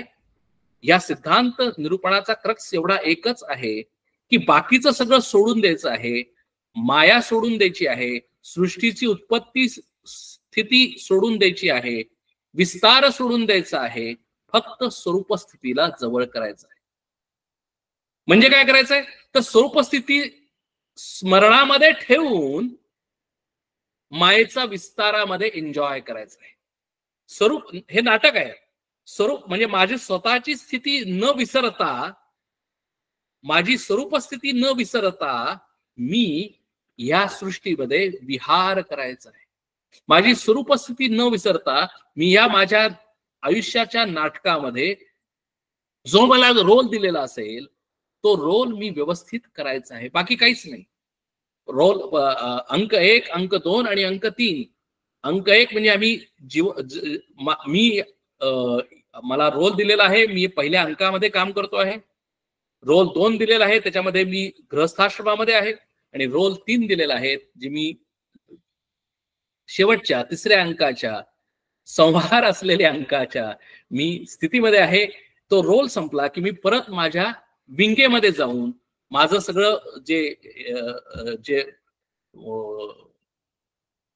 माझं स्वरूप जे बदललेलं होतं, जे दिसत होतं ते मी चेंज करणार. म्हणजे थोडक्यात काय की मी माझा सगळा मेकअप काढून टाकणार, माझे सगळे वेशभूषा काढून टाकणार आणि मी माझ्या स्वतःच्या स्वरूप स्थितीला येणार. म्हणजे माझं स्वतःचं उदाहरण सांगतो की ज्यावेळेला मी नाटकामध्ये काम करत असे त्यावेळेला मी विवेक सबनीस कधीही मी विसरत नसे. विवेक सबनीस ज्या वेळेला विंगेमध्ये असेल त्यावेळेला विवेक सबनीस जर ह्याचं काम करत असेल, वृद्ध गृहस्थाचं काम करत असेल, तर तो सगळा वेशभूषा व्हायची, केशभूषा व्हायची, सगळा मेकअप व्हायचा. नंतर डायलॉग बोलले जायचे, अतिशय डायलॉग त्या समरस होऊन बोलले जायचे. आणि नंतर काम संपल्यानंतर मेकअप उतरवणे आणि कपडे उतरवणे आणि मी परत स्वतःच्या स्वरूप स्थितीला म्हणजे विवेक सबनीसच्या स्थितीला येणे. हे जसं नाटक आहे तसंच इथं पण नाटक आहे. माझी स्वरूप स्थिती एक आहे, फक्त ह्या स्वरूप स्थितीला म्हणजे या आयुष्यामध्ये मला विवेक सबनीसचा रोल करायचा आहे. जितके वर्ष मला आयुष्य मिळालेलं आहे, 50, 60, 70, 80 जे काही आयुष्य मिळालेलं आहे, त्या आयुष्याचा त्या मायेमध्ये असताना, या शरीरामध्ये असताना, विस्तार असताना सर्व काही करायचं आहे. पण कधीही विसरायचं नाही की माझं स्वतःचं स्वरूप काय आहे. आणि म्हणून इथे सांगितलंय की माया निरासे उरली. खरं तसं बघायला गेलं तर हा समास सर्व काही सांगेल आणि म्हणेल की एवढं जर आम्ही केलं आणि हे जर मनापासून केलं तर आमच्या आयुष्यामध्ये कुठलाही दुःख येण्याचं कारण नाही. आमच्या आयुष्यामध्ये आनंदाचे डोही आनंद तरंग अशी अवस्था सदैव सदा सर्वदा राहील याच्यामध्ये. कारण ती स्वरूप स्थिती आहे. स्वरूप स्थिती म्हणजेच परब्रह्म परमात्मा स्वरूपाची स्थिती, म्हणजेच आनंदाची स्थिती, म्हणजेच शांततेची स्थिती. म्हणजे जीवनामध्ये जगत असताना मी नेहमी शांत राहीन, मी नेहमी आनंदी राहीन. म्हणून तिथे म्हणतात की तेथे जीवशिव पिंड ब्रह्मांड आटोनी गेले थोतांड, माये अविद्येचे बंड वितवून गेले श्राम. जीव शिव पिंड ब्रह्मांड हे सगळं आटून गेलं, हे सगळं मायेचं अविद्येचं बंड वितळून गेलं असं समर्थ म्हणतात. आणि हे काय म्हणतात की आता हा झाला प्रलय, हा झाला बेसिकली सगळं संहार झाला. पण समर्थ म्हणतात की आता विवेकानी समजून उमजून मॅच्युरिटीनं माइंड कंट्रोलनी जर हे मी जर समजून घेतलं तर मला तीच स्थिती येणार. विवेकाची बोलीला म्हणून विवेक प्रलय विवेकी जाणती काय मूर्खा सकळे सदाम. सृष्टी शोधिता सकळ एक चंचल एक निश्चळ चंचळास करता चंचल चंचल रूपी सिदाम. जो सकळ शरीरे वर्ते सकळ कर्तृत्वास प्रवर्ते करुणी अकर्ता हा वर्ते शब्द जया सदा. म्हणून आता अतिशय महत्वाचं समर्थांनी साधना आम्हाला दिलेली आहे. काय साधना दिलेली आहे की मी माझं स्वतःचं स्वरूप सुद्धा एक निश्चळ आणि चंचळ आहे. चंचल स्वरूप म्हणजे हे शरीर आहे, चंचल रूप म्हणजे माझं मन आहे आणि माझं निश्चळ रूप म्हणजे माझा आत्माराम आहे. आणि मी काय करतो तर त्या चंचळाला करता समजतो, नव्हे त्या निश्चयाला सुद्धा मी कधीतरी करता समजतो. आणि म्हणून म्हणलेलं आहे की हे ज्याला सेपरेशन मला होईल म्हणजे ह्याला निरक्षीर विवेक बुद्धी असं म्हणतात की बुद्धीनं ज्यावेळेला मला लक्षात येईल की चंचल काय आहे आणि निश्चय काय आहे आणि माझं स्वतःचा करता कोण आहे अकर्ता कोण आहे हे ज्यावेळेला मला कळतं त्यावेळेला मी शांत होतो. त्यावेळेला मी माझ्या आयुष्यातले सर्व भ्रम निर्माण होतो झालेला असतो तो सगळा निघून जातो. परत म्हणतात की रावरंक ब्रह्मादिक सकाळामध्ये वर्त एक, नाना शरीर चाळक इंद्रियद्वारे श्रीराम. त्यास परमात्मा बोलिती, सकळ करता ऐसे जाणती, परी तो नासेल प्रचिती, विवेके पाहावी श्रीराम. आणि म्हणून आम्ही काय म्हणतो की त्या आत्म्याला कर्तृत्व भाव देतो. जो स्वानामध्ये गुरगुरतो, सो सुकुरामध्ये कुरकुरतो, गाढवी भरोनी फुंकतो, आटा हातसे श्रीराम.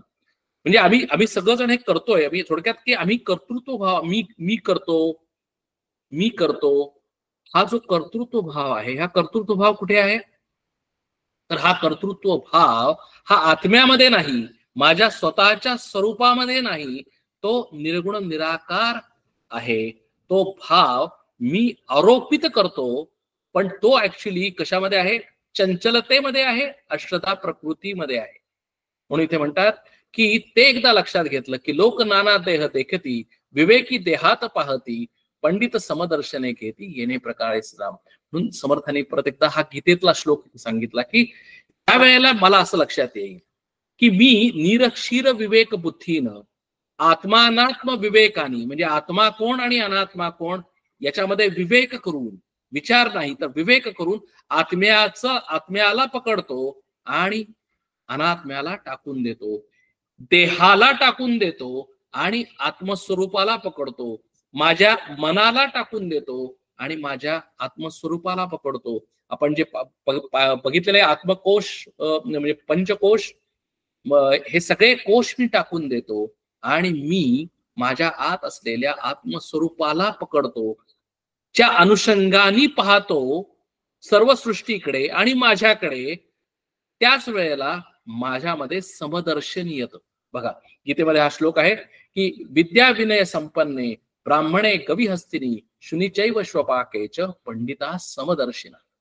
पंडित जो असतो म्हणजे कोण? पंडित म्हणजे ज्याची बुद्धी प्रगल्भ झालेली आहे, पंडा बुद्धी ज्याची झालेली आहे, ज्याची बुद्धी, ज्या बुद्धीनं आत्मानात्म विवेक केलेला आहे, ज्याच्या बुद्धीनं सब्जेक्ट ऑब्जेक्ट विवेक केलेला आहे, ज्याच्या बुद्धीनं सत्य काय आणि असत्य काय हा विवेक केलेला आहे, तो काय करतो? विद्या, तो डिफरन्सिएशन करत नाही. कशामध्ये? एक ब्राह्मण असेल, विद्या विनय संपन्न ब्राह्मण असेल, किंवा एक डुक्कर असेल, किंवा गाय असेल, किंवा कुत्रा असेल, याच्यामध्ये डिफरन्सिएशन करत नाही. का करत नाही? तर तो सगळ्यांच्या आत असलेल्या परब्रह्म परमात्मा स्वरूपाला पाहतो की जे एकच आहे. आम्ही काय करतो तर त्यांच्या वेगवेगळ्या शरीराला पाहतो. म्हणजे कुत्र्याचं शरीर वेगळं, गाढवाचं शरीर वेगळं, ब्राह्मणाचं शरीर वेगळं, आणि म्हणून आम्ही त्याच्यामध्ये मी या चर्मचक्षुनी त्यांच्याकडे पाहतो. त्यामुळे आम्ही त्यांच्यामध्ये डिफरन्सिएशन करतो. पण तो ज्ञानचक्षुषेनी पाहत असल्यामुळे तो समदर्शन पाहतो. आणि गीतेमध्ये अजूनही छान सांगितलंय की जर समदर्शन जर म्हणलं तर ह्याचा अर्थ असा नव्हे की सगळे सारखे आहेत. म्हणून आपल्या एकनाथ महाराजांनी गंगेहून आलेली जे पाणी आहे ते गाढवाला पाजलं. कारण का? की त्यांनी गाढव बघितलं नाही, गाढवाचं शरीर बघितलं नाही. तर गाढवाचं शरीर सुद्धा परब्रह्म परमात्मा स्वरूपच असल्यामुळे त्यांनी गंगेचं पाणी त्या गाढवाला पाजलं, कारण त्यांच्या दृष्टीनं तो सुद्धा एक परब्रह्म परमात्मा स्वरूपच आहे.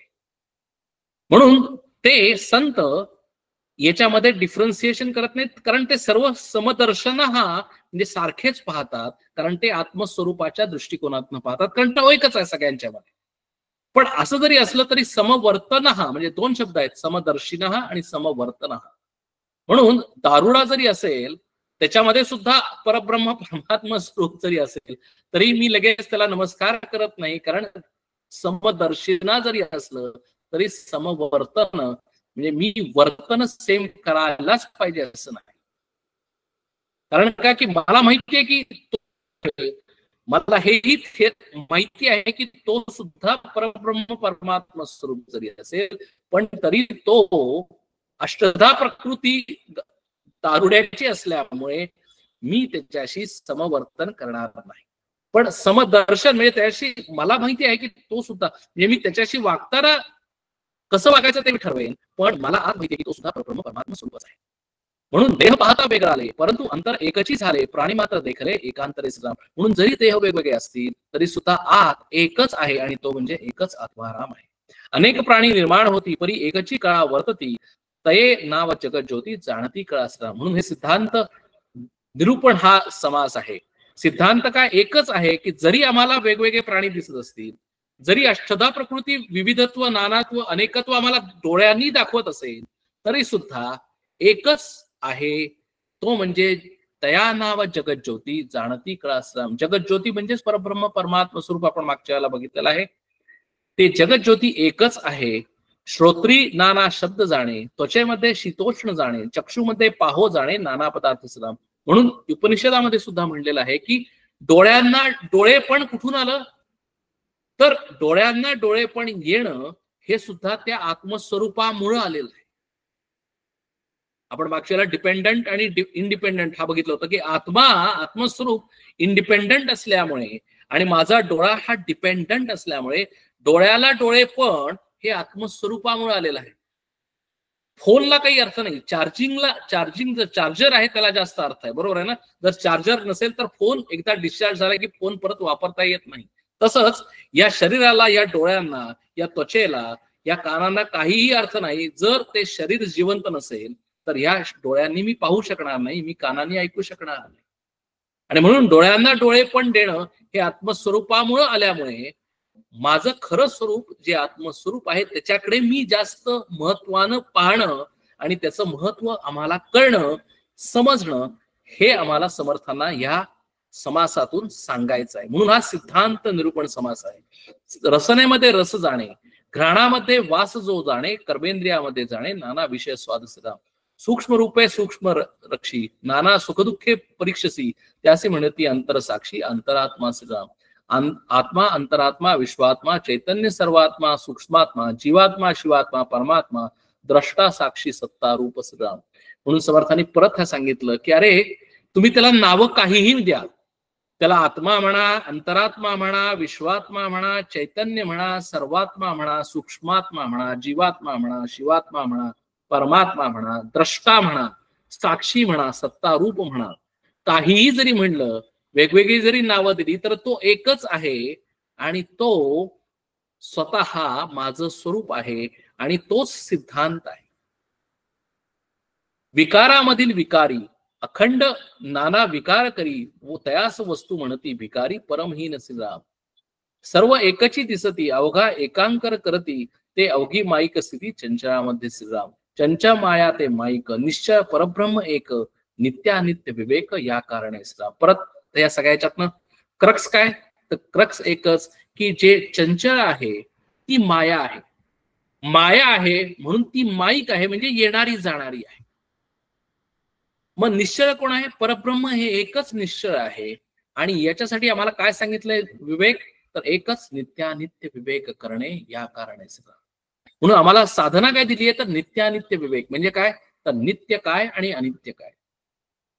आणि आम्हाला पंचकोश विवेक तो याच्यासाठी सांगितलं आहे. पंचकोश म्हणजे अन्नमय कोश, प्राणमय कोश, मनोमय कोश, विज्ञानमय कोश आणि आनंदमय कोश.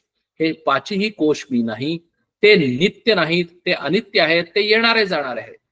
आणि आपण तो मागच्या तो अनेक वेळा आपण हा अभ्यास किंवा विवेक केलेला आहे की अन्नमय कोश म्हणजे देह आहे, त्याच्यामध्ये विकार होतात म्हणून तो आत्मा नाही. तो येणारा जाणार आहे, त्याला जन्म आहे, मृत्यू आहे, म्हणून तो आत्मा नाही, म्हणून तो अनित्य आहे. प्राणमय कोश, प्राणामध्ये विकार आहेत, प्राण येतो जातो, प्राणाला भूक आणि तहान हे प्राणाचे विकार आहेत, प्राण सुद्धा येतो जातो, प्राण चंचल आहे म्हणून प्राण अनित्य आहे. अन्नमय कोश, प्राणमय कोश, मनोमय कोश, मनामध्ये अनेक विचार आहेत, काम, क्रोध, मद, मोह, मत्सर हे सगळे विकार त्या मनामध्ये आहेत. मन सुद्धा येणारं जाणार आहे, मनामध्ये अनेक स्ट्रीमिंग ऑफ थॉट्स आहेत, म्हणून ते अनित्य आहे, म्हणून ते विकारी आहे, म्हणून ते मी नाही, म्हणून तो आत्मा नाही, म्हणून ते नित्य नाही. अहंकार हा सुद्धा म्हणजे थोडक्यात विज्ञानमय कोश, अहंकार हा सुद्धा अनित्य आहे. कारण का की ज्यावेळेला मी गाढ झोपेमध्ये असतो त्यावेळेला मी कुठे आहे म्हणजेच माझा अहंकार लय पावलेला असतो आणि म्हणून सुद्धा तो अनित्य आहे. आणि नंतर म्हणजे अज्ञान, म्हणजे अज्ञान हे सुद्धा अनित्य आहे, ते सुद्धा येणार जाणार आहे. कारण मी अज्ञानी आहे मला कळतं, आणि अज्ञान दूर कसं करायचं हेही मला कळतं, आणि अज्ञान दूर केल्यानंतर मी ज्ञानी होतो. म्हणजे ज्ञान आणि अज्ञान हे दोन्हीही नित्य अनित्य आहेत, म्हणजे थोडक्यात काय की पंचमहाकोश म्हणजे 5 कोशांच्या पलीकडे जे काही आहे ते 5 कोशांचा निराश झाल्यानंतर जे काही राहतं ते नित्य आहे. हा झाला नित्यानित्य विवेक. आणि नित्यानित्य विवेक करून आम्ही निरक्षीर विवेक बुद्धीनी पाणी आणि दूध वेगळं करणं म्हणजेच आत्मा वेगळा करणं आणि अनात्मा वेगळा करणं, अनित्य वेगळं करणं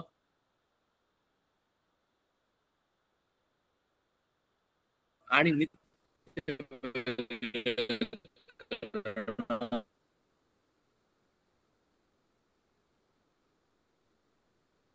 आणि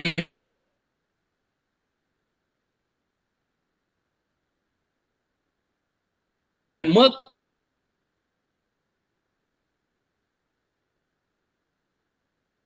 नित्याला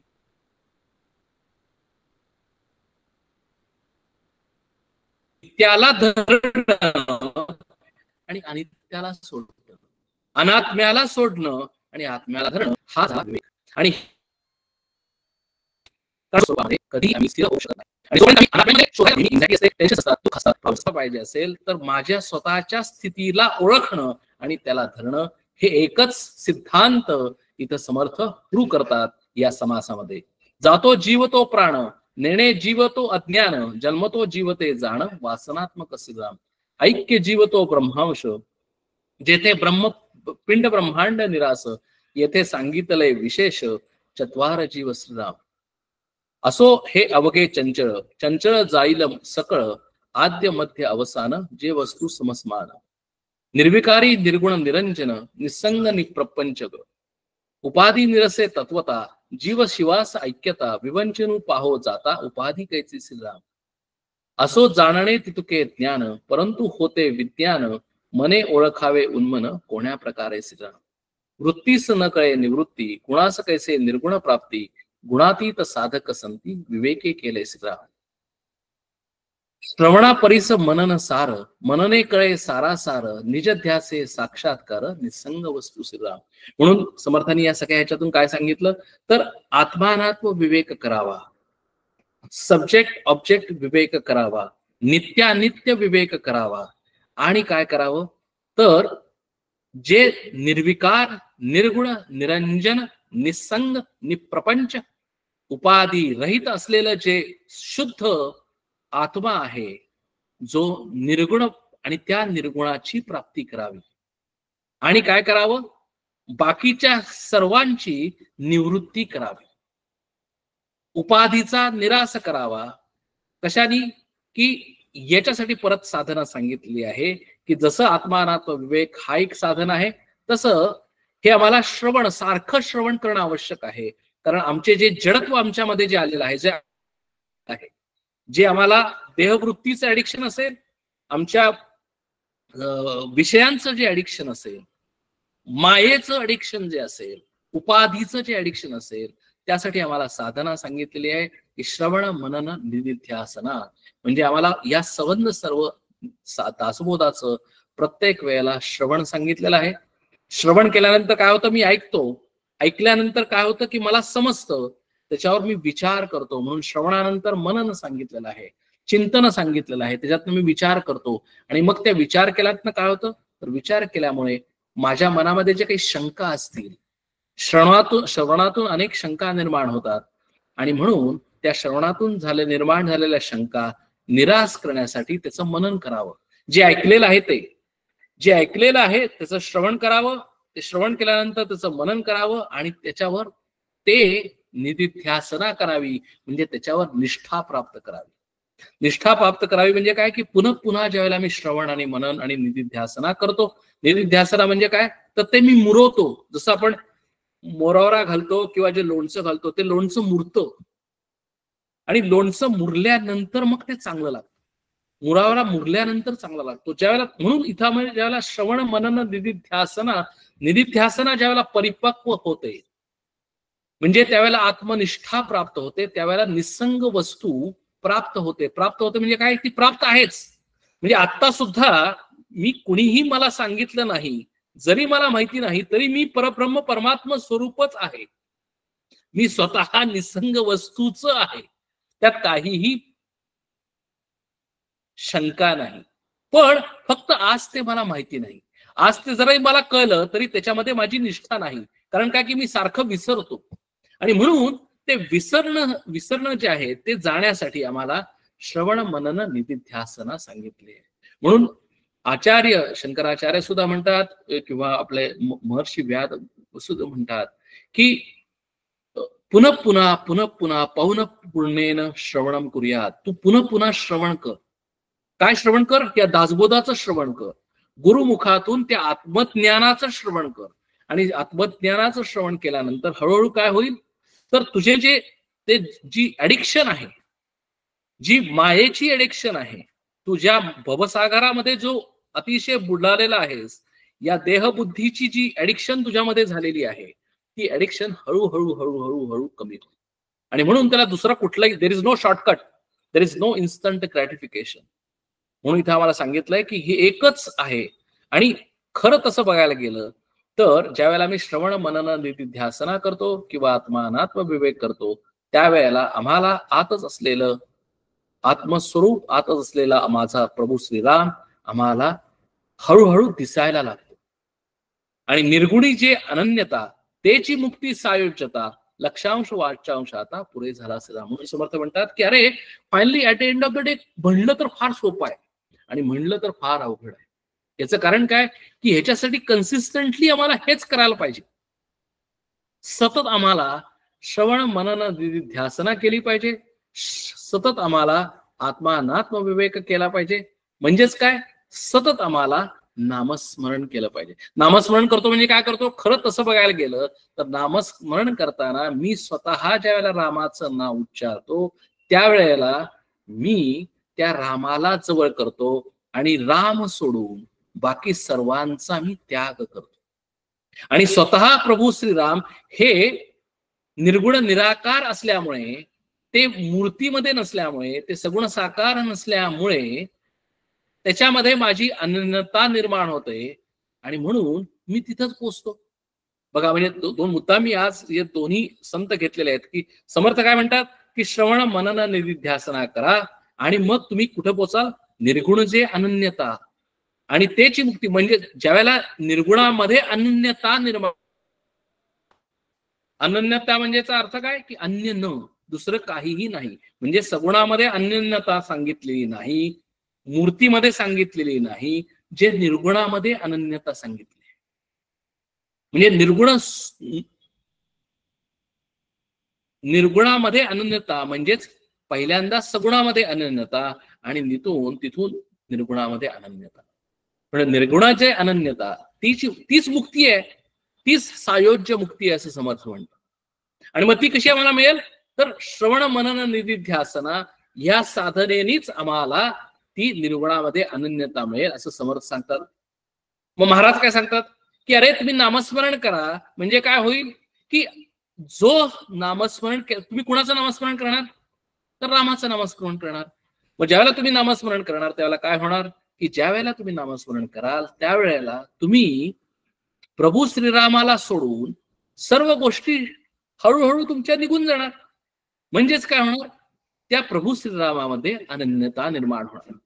म्हणजे सुरुवातीला मी मूर्तीकडे पाहून कॉन्सन्ट्रेट करत असेल, सगुणामध्ये कॉन्सन्ट्रेट करत असेल, सगुणामध्ये माझी अनन्यता होत असेल कारण मी अजून लहान आहे.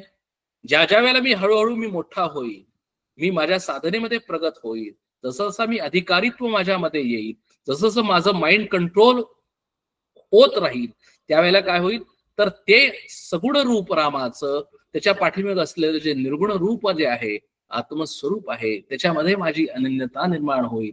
आणि अनन्यता निर्माण झाली तीच माझी मुक्ती आहे.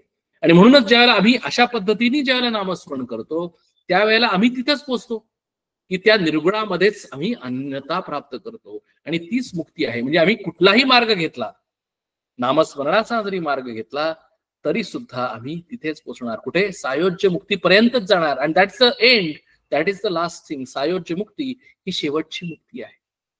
आणि म्हणून समर्थ म्हणतात की आता लक्षांश वाचांश आता पुरे झाला. कारण काय की आता याच्यापेक्षा पुढे काही नाहीच आहे. त्यामुळे आता इथे थांबावं आणि म्हणून इथे समर्थ म्हणतात की लक्षांशी अलक्षाशी राहिले अलक्ष, सिद्धांती कैसा पूर्व पक्ष, अप्रत्यक्ष असं कैसे प्रत्यक्ष असो नाही श्रीराम. म्हणून ज्याच्यामध्ये लक्ष राहू शकत नाही तिथंच लक्ष राहिलं. बघा हा पॅराडॉक्स आहे. जे निर्गुण आहे त्याच्यामध्ये अनन्यता होऊ शकत नाही तिथंच मी अनन्यता निर्माण करतो. ज्याच्याशी लक्ष राहू शकत नाही तिथंच माझं लक्ष ठेवतो आणि मग तोच माझा सिद्धांत आहे. हेच सिद्धांत निरूपण आहे. कारण सिद्धांत हा कधीही पूर्वपक्ष होऊ शकत नाही. पूर्वपक्षापासून मी सुरुवात करतो आणि आम्ही सिद्धांतापर्यंत पोहोचतो. म्हणजे नदीच्या जी कृष्णा नदी आहे विशाखापट्टणम पासून तिथून सुरुवात करतो आणि हळूहळू हळूहळू हळूहळू कुठे येतो, सिद्धांतापर्यंत येतो, म्हणजे महाबळेश्वर पर्यंत येतो. म्हणजे कसं पोहायचं, कसं आहे, अगेन्स्ट द फ्लो पोहायचं आहे. म्हणजे समुद्राच्या इथून चालू करून नदीच्या उगमापर्यंत येणार आणि उगमापर्यंत येणं म्हणजेच सिद्धांतापर्यंत जाणं. म्हणजे सिद्धांत हाच आम्हाला, सिद्धांतामध्ये गेल्यानंतर पुढे काय, तर सिद्धांत ज्यावेळेला आम्हाला लक्षात येतो, सिद्धांत ज्यावेळेला आमच्या मनामध्ये भिनतो, त्यामध्ये आम्ही ते होतो. म्हणजे तिथे असोन नाही हा शब्द वापरलाय. कारण काय की आम्ही स्वतः ती वस्तू होतो, आम्ही स्वतः निर्गुण निराकार होतो. ती अवस्था शब्दात सांगता येत नाही, तिथे काहीही नाही. त्यामुळे तिच्या ते शब्दांनी सांगता येत नसल्यामुळे अप्रत्यक्षास कैसे प्रत्यक्ष असोन नाही श्रीराम समर्थ म्हणतात. म्हणून सांगतात की हीच आहे ती सहज समाधी आहे. असोन माईक उपाधी तेच सहज समाधी, श्रवणे बळावी बुद्धी निश्चयाची श्रीराम. म्हणून ह्याला सहज समाधी. आता समाधी आम्ही कधी करतो, जे मेडिटेशन करतात बघा. आताच या एकाच ह्याच्यामध्ये मेडिटेशनचं सुद्धा हे आला, इथे रेफरन्स आला की आम्ही ज्यावेळेला मेडिटेशन करतो त्यावेळेला कसं करतो, तर एका जागेवर बसतो. म्हणजे काय करतो, डोळे बंद करतो, कान बंद करतो आणि आम्ही काय करतो की आतच असलेलं जे माझं आत्मस्वरूप आहे त्याच्याशी मी एकरूप होण्यासाठी प्रयत्न करतो, अनन्यता मिळवण्यासाठी प्रयत्न करतो. आणि ज्या वेळेला ती अनन्यता येते त्यावेळेला मला समाधी लागते. आम्हाला सगळ्यांना माहितीये, त्यावेळेला मला समाधी लागते. मग सहज समाधी म्हणजे काय, सहज समाधी म्हणजे की जी समाधी मला लागायला लागत नाही. उठता बसता खाता पिता मी त्या अवस्थेमध्ये आहे. म्हणजे मी डोळे उघडून सुद्धा समाधीमध्ये आहे. म्हणजे जे समाधीमध्ये डोळे मिटून मेडिटेशन मध्ये साध्य केलं जातं, ती अवस्था, तो आनंद, ती शांतता मला डोळे उघडून समाजामध्ये वावरत असताना, सृष्टीमध्ये वावरत असताना, खाता पिता उठता बसता मी ते साध्य करू शकतो. त्यालाच सहज समाधी म्हणतात. त्याच्यासाठी मला डोळे मिटायचं कारण नाही, त्याच्यासाठी मला एका जागेवर बसायचं कारण नाही. ती जी अवस्था आहे, कारण काय की मला कळलेलं आहे की माझं स्वतःचं स्वरूप काय आहे. म्हणून माझं जीवन सहज होतं, माझं आयुष्य अतिशय सहज होतं. मला कुठलेही प्रॉब्लेम्स येत नाही. म्हणजे काय, प्रॉब्लेम येतात पण त्या प्रॉब्लेमचा मला भाऊ वाटत नाही. दुःख येतात पण मला त्या दुःखाचं दुःख वाटत नाही. आणि माझं आयुष्य अतिशय सहज होतं. याची देही याशी डोळा, मी त्या अनन्य स्वरूपाशी प्रभू श्रीरामाशी एकरूप होतो. म्हणजेच मी स्वतः समर्थ होतो. आणि मी स्वतः समर्थ होणं हेच होण्यासाठी समर्थांनी दासबोध दिलेला आहे. आणि हेच आम्हाला करण्यासाठी समर्थांनी आतापर्यंतचे 10 दशक दिलेले आहेत. आणि आता इथून पुढे सहज समाधी कशी आम्ही लागावी, म्हणजे सहज समाधी आम्ही कशी करावी, म्हणजे आत्मनिष्ठा कशी प्राप्त करावी. म्हणजे कारण का की आता आम्हाला कळलेलं आहे, आम्हाला समजलेलं आहे की मी आत्मस्वरूप आहे. पण ते मी माझ्या आत मुरलेलं नाही, लोणच्यासारखं मुरलेलं नाही. दुसरा एक दृष्टांत देतो की ज्या वेळेला आपण विमान बघतो, विमान ज्या वेळेला रनवेवर असतं त्यावेळेला ते काय करतं, ते पहिल्यांदा हळूहळू रनवेवर येतं. रनवेवर येतं त्यावेळेला स्पीड त्याचा खूपच कमी असतो, 10 किलोमीटर पर आवर असेल, 20 किलोमीटर्स पर आवर असेल. रनवेला आल्यानंतर ते हळूहळू त्याचा स्पीड वाढवतो, हळूहळू त्याचा स्पीड वाढवतो आणि ते अतिशय स्पीडमध्ये रनवेवर ज्यावेळेला ते स्पीडमध्ये असतं त्याच वेळेला त्याचे जे टायर्स असतात ते टायर्स ते आत ओढून घेतं आणि ते काय करतं, उड्डाण करतं.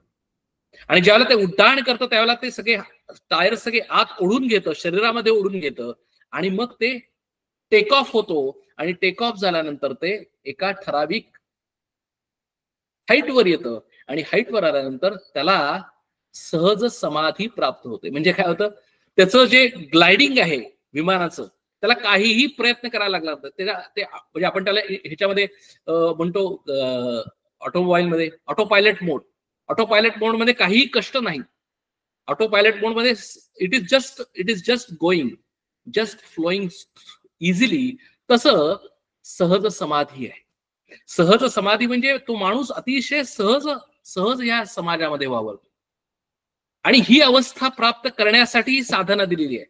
म्हणून जोपर्यंत आम्ही सहज समाधी आम्हाला प्राप्त होत नाही, जोपर्यंत आमचं टेक ऑफ होऊन आम्ही वरती ज्या वेळेला ग्लायडिंग करत नाही, जोपर्यंत आमचा ऑटो पायलट मध्ये जात नाही, तोपर्यंत आम्हाला साधना करणं आवश्यक आहे.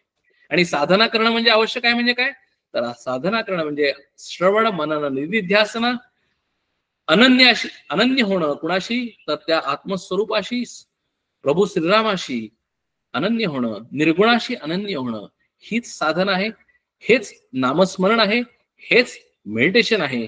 या सर्वातून ज्यावेळेला आम्ही शेवटी कुठे पोहोचतो, तर finally the end state is सहज समाधी. आणि सहज समाधी ज्यावेळेला प्राप्त होते, त्यावेळेला तो माणूस साधक हा सिद्ध होतो.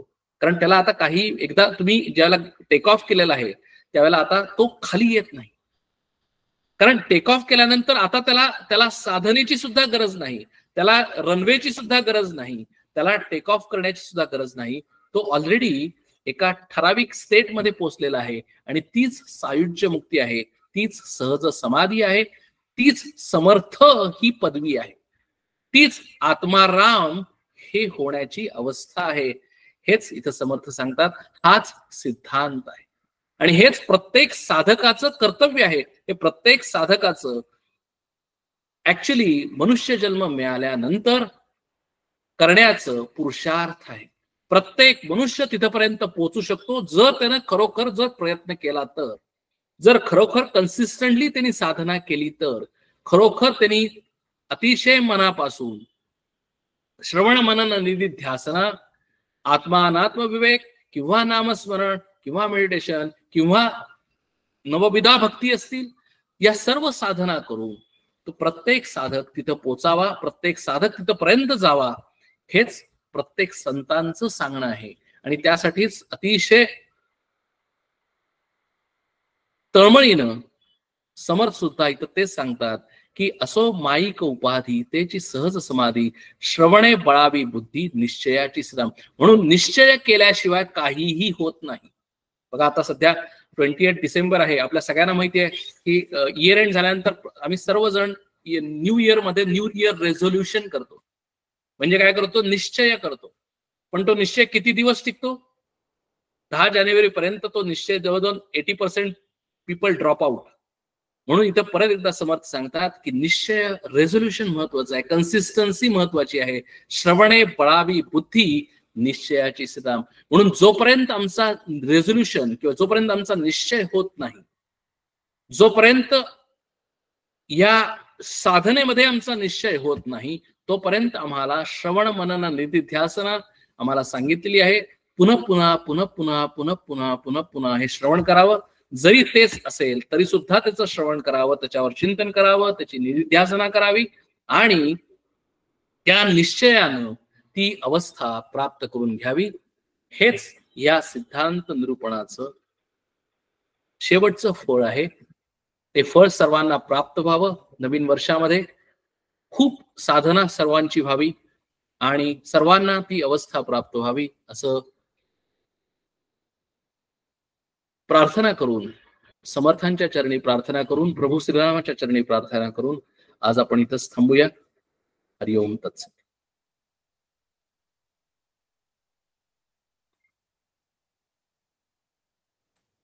प्रार्थना.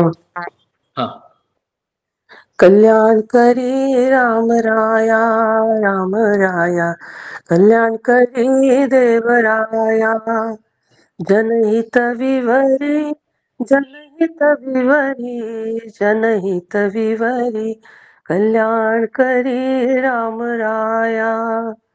तळमळ तळमळ होतची आहे, होतची आहे. हे जन हाती धरी दयाळ कल्याण करी राम राया.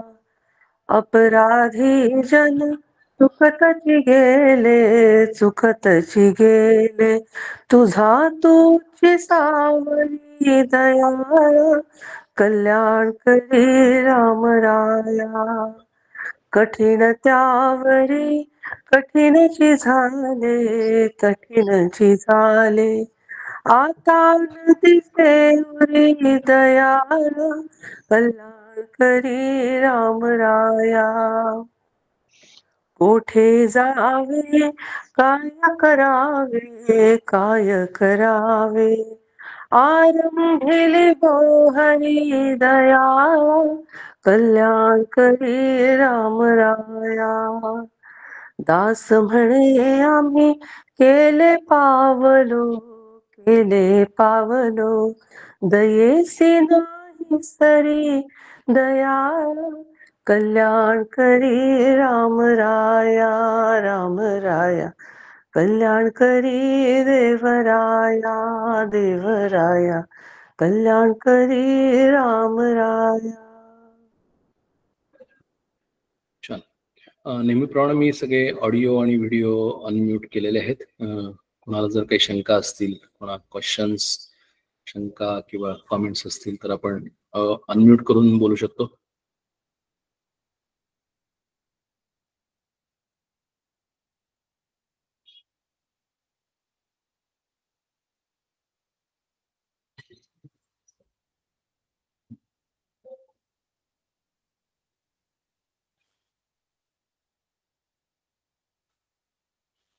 एक 2 मिनिटं मी थांबतो. कोणाला जर काही शंका असेल तर अनम्यूट करा, नाहीतर मग आपण सेशन क्लोज करू.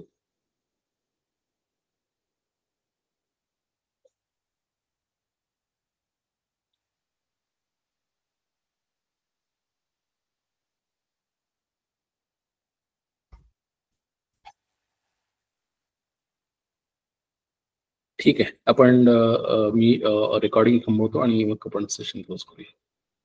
ओम तत्सत.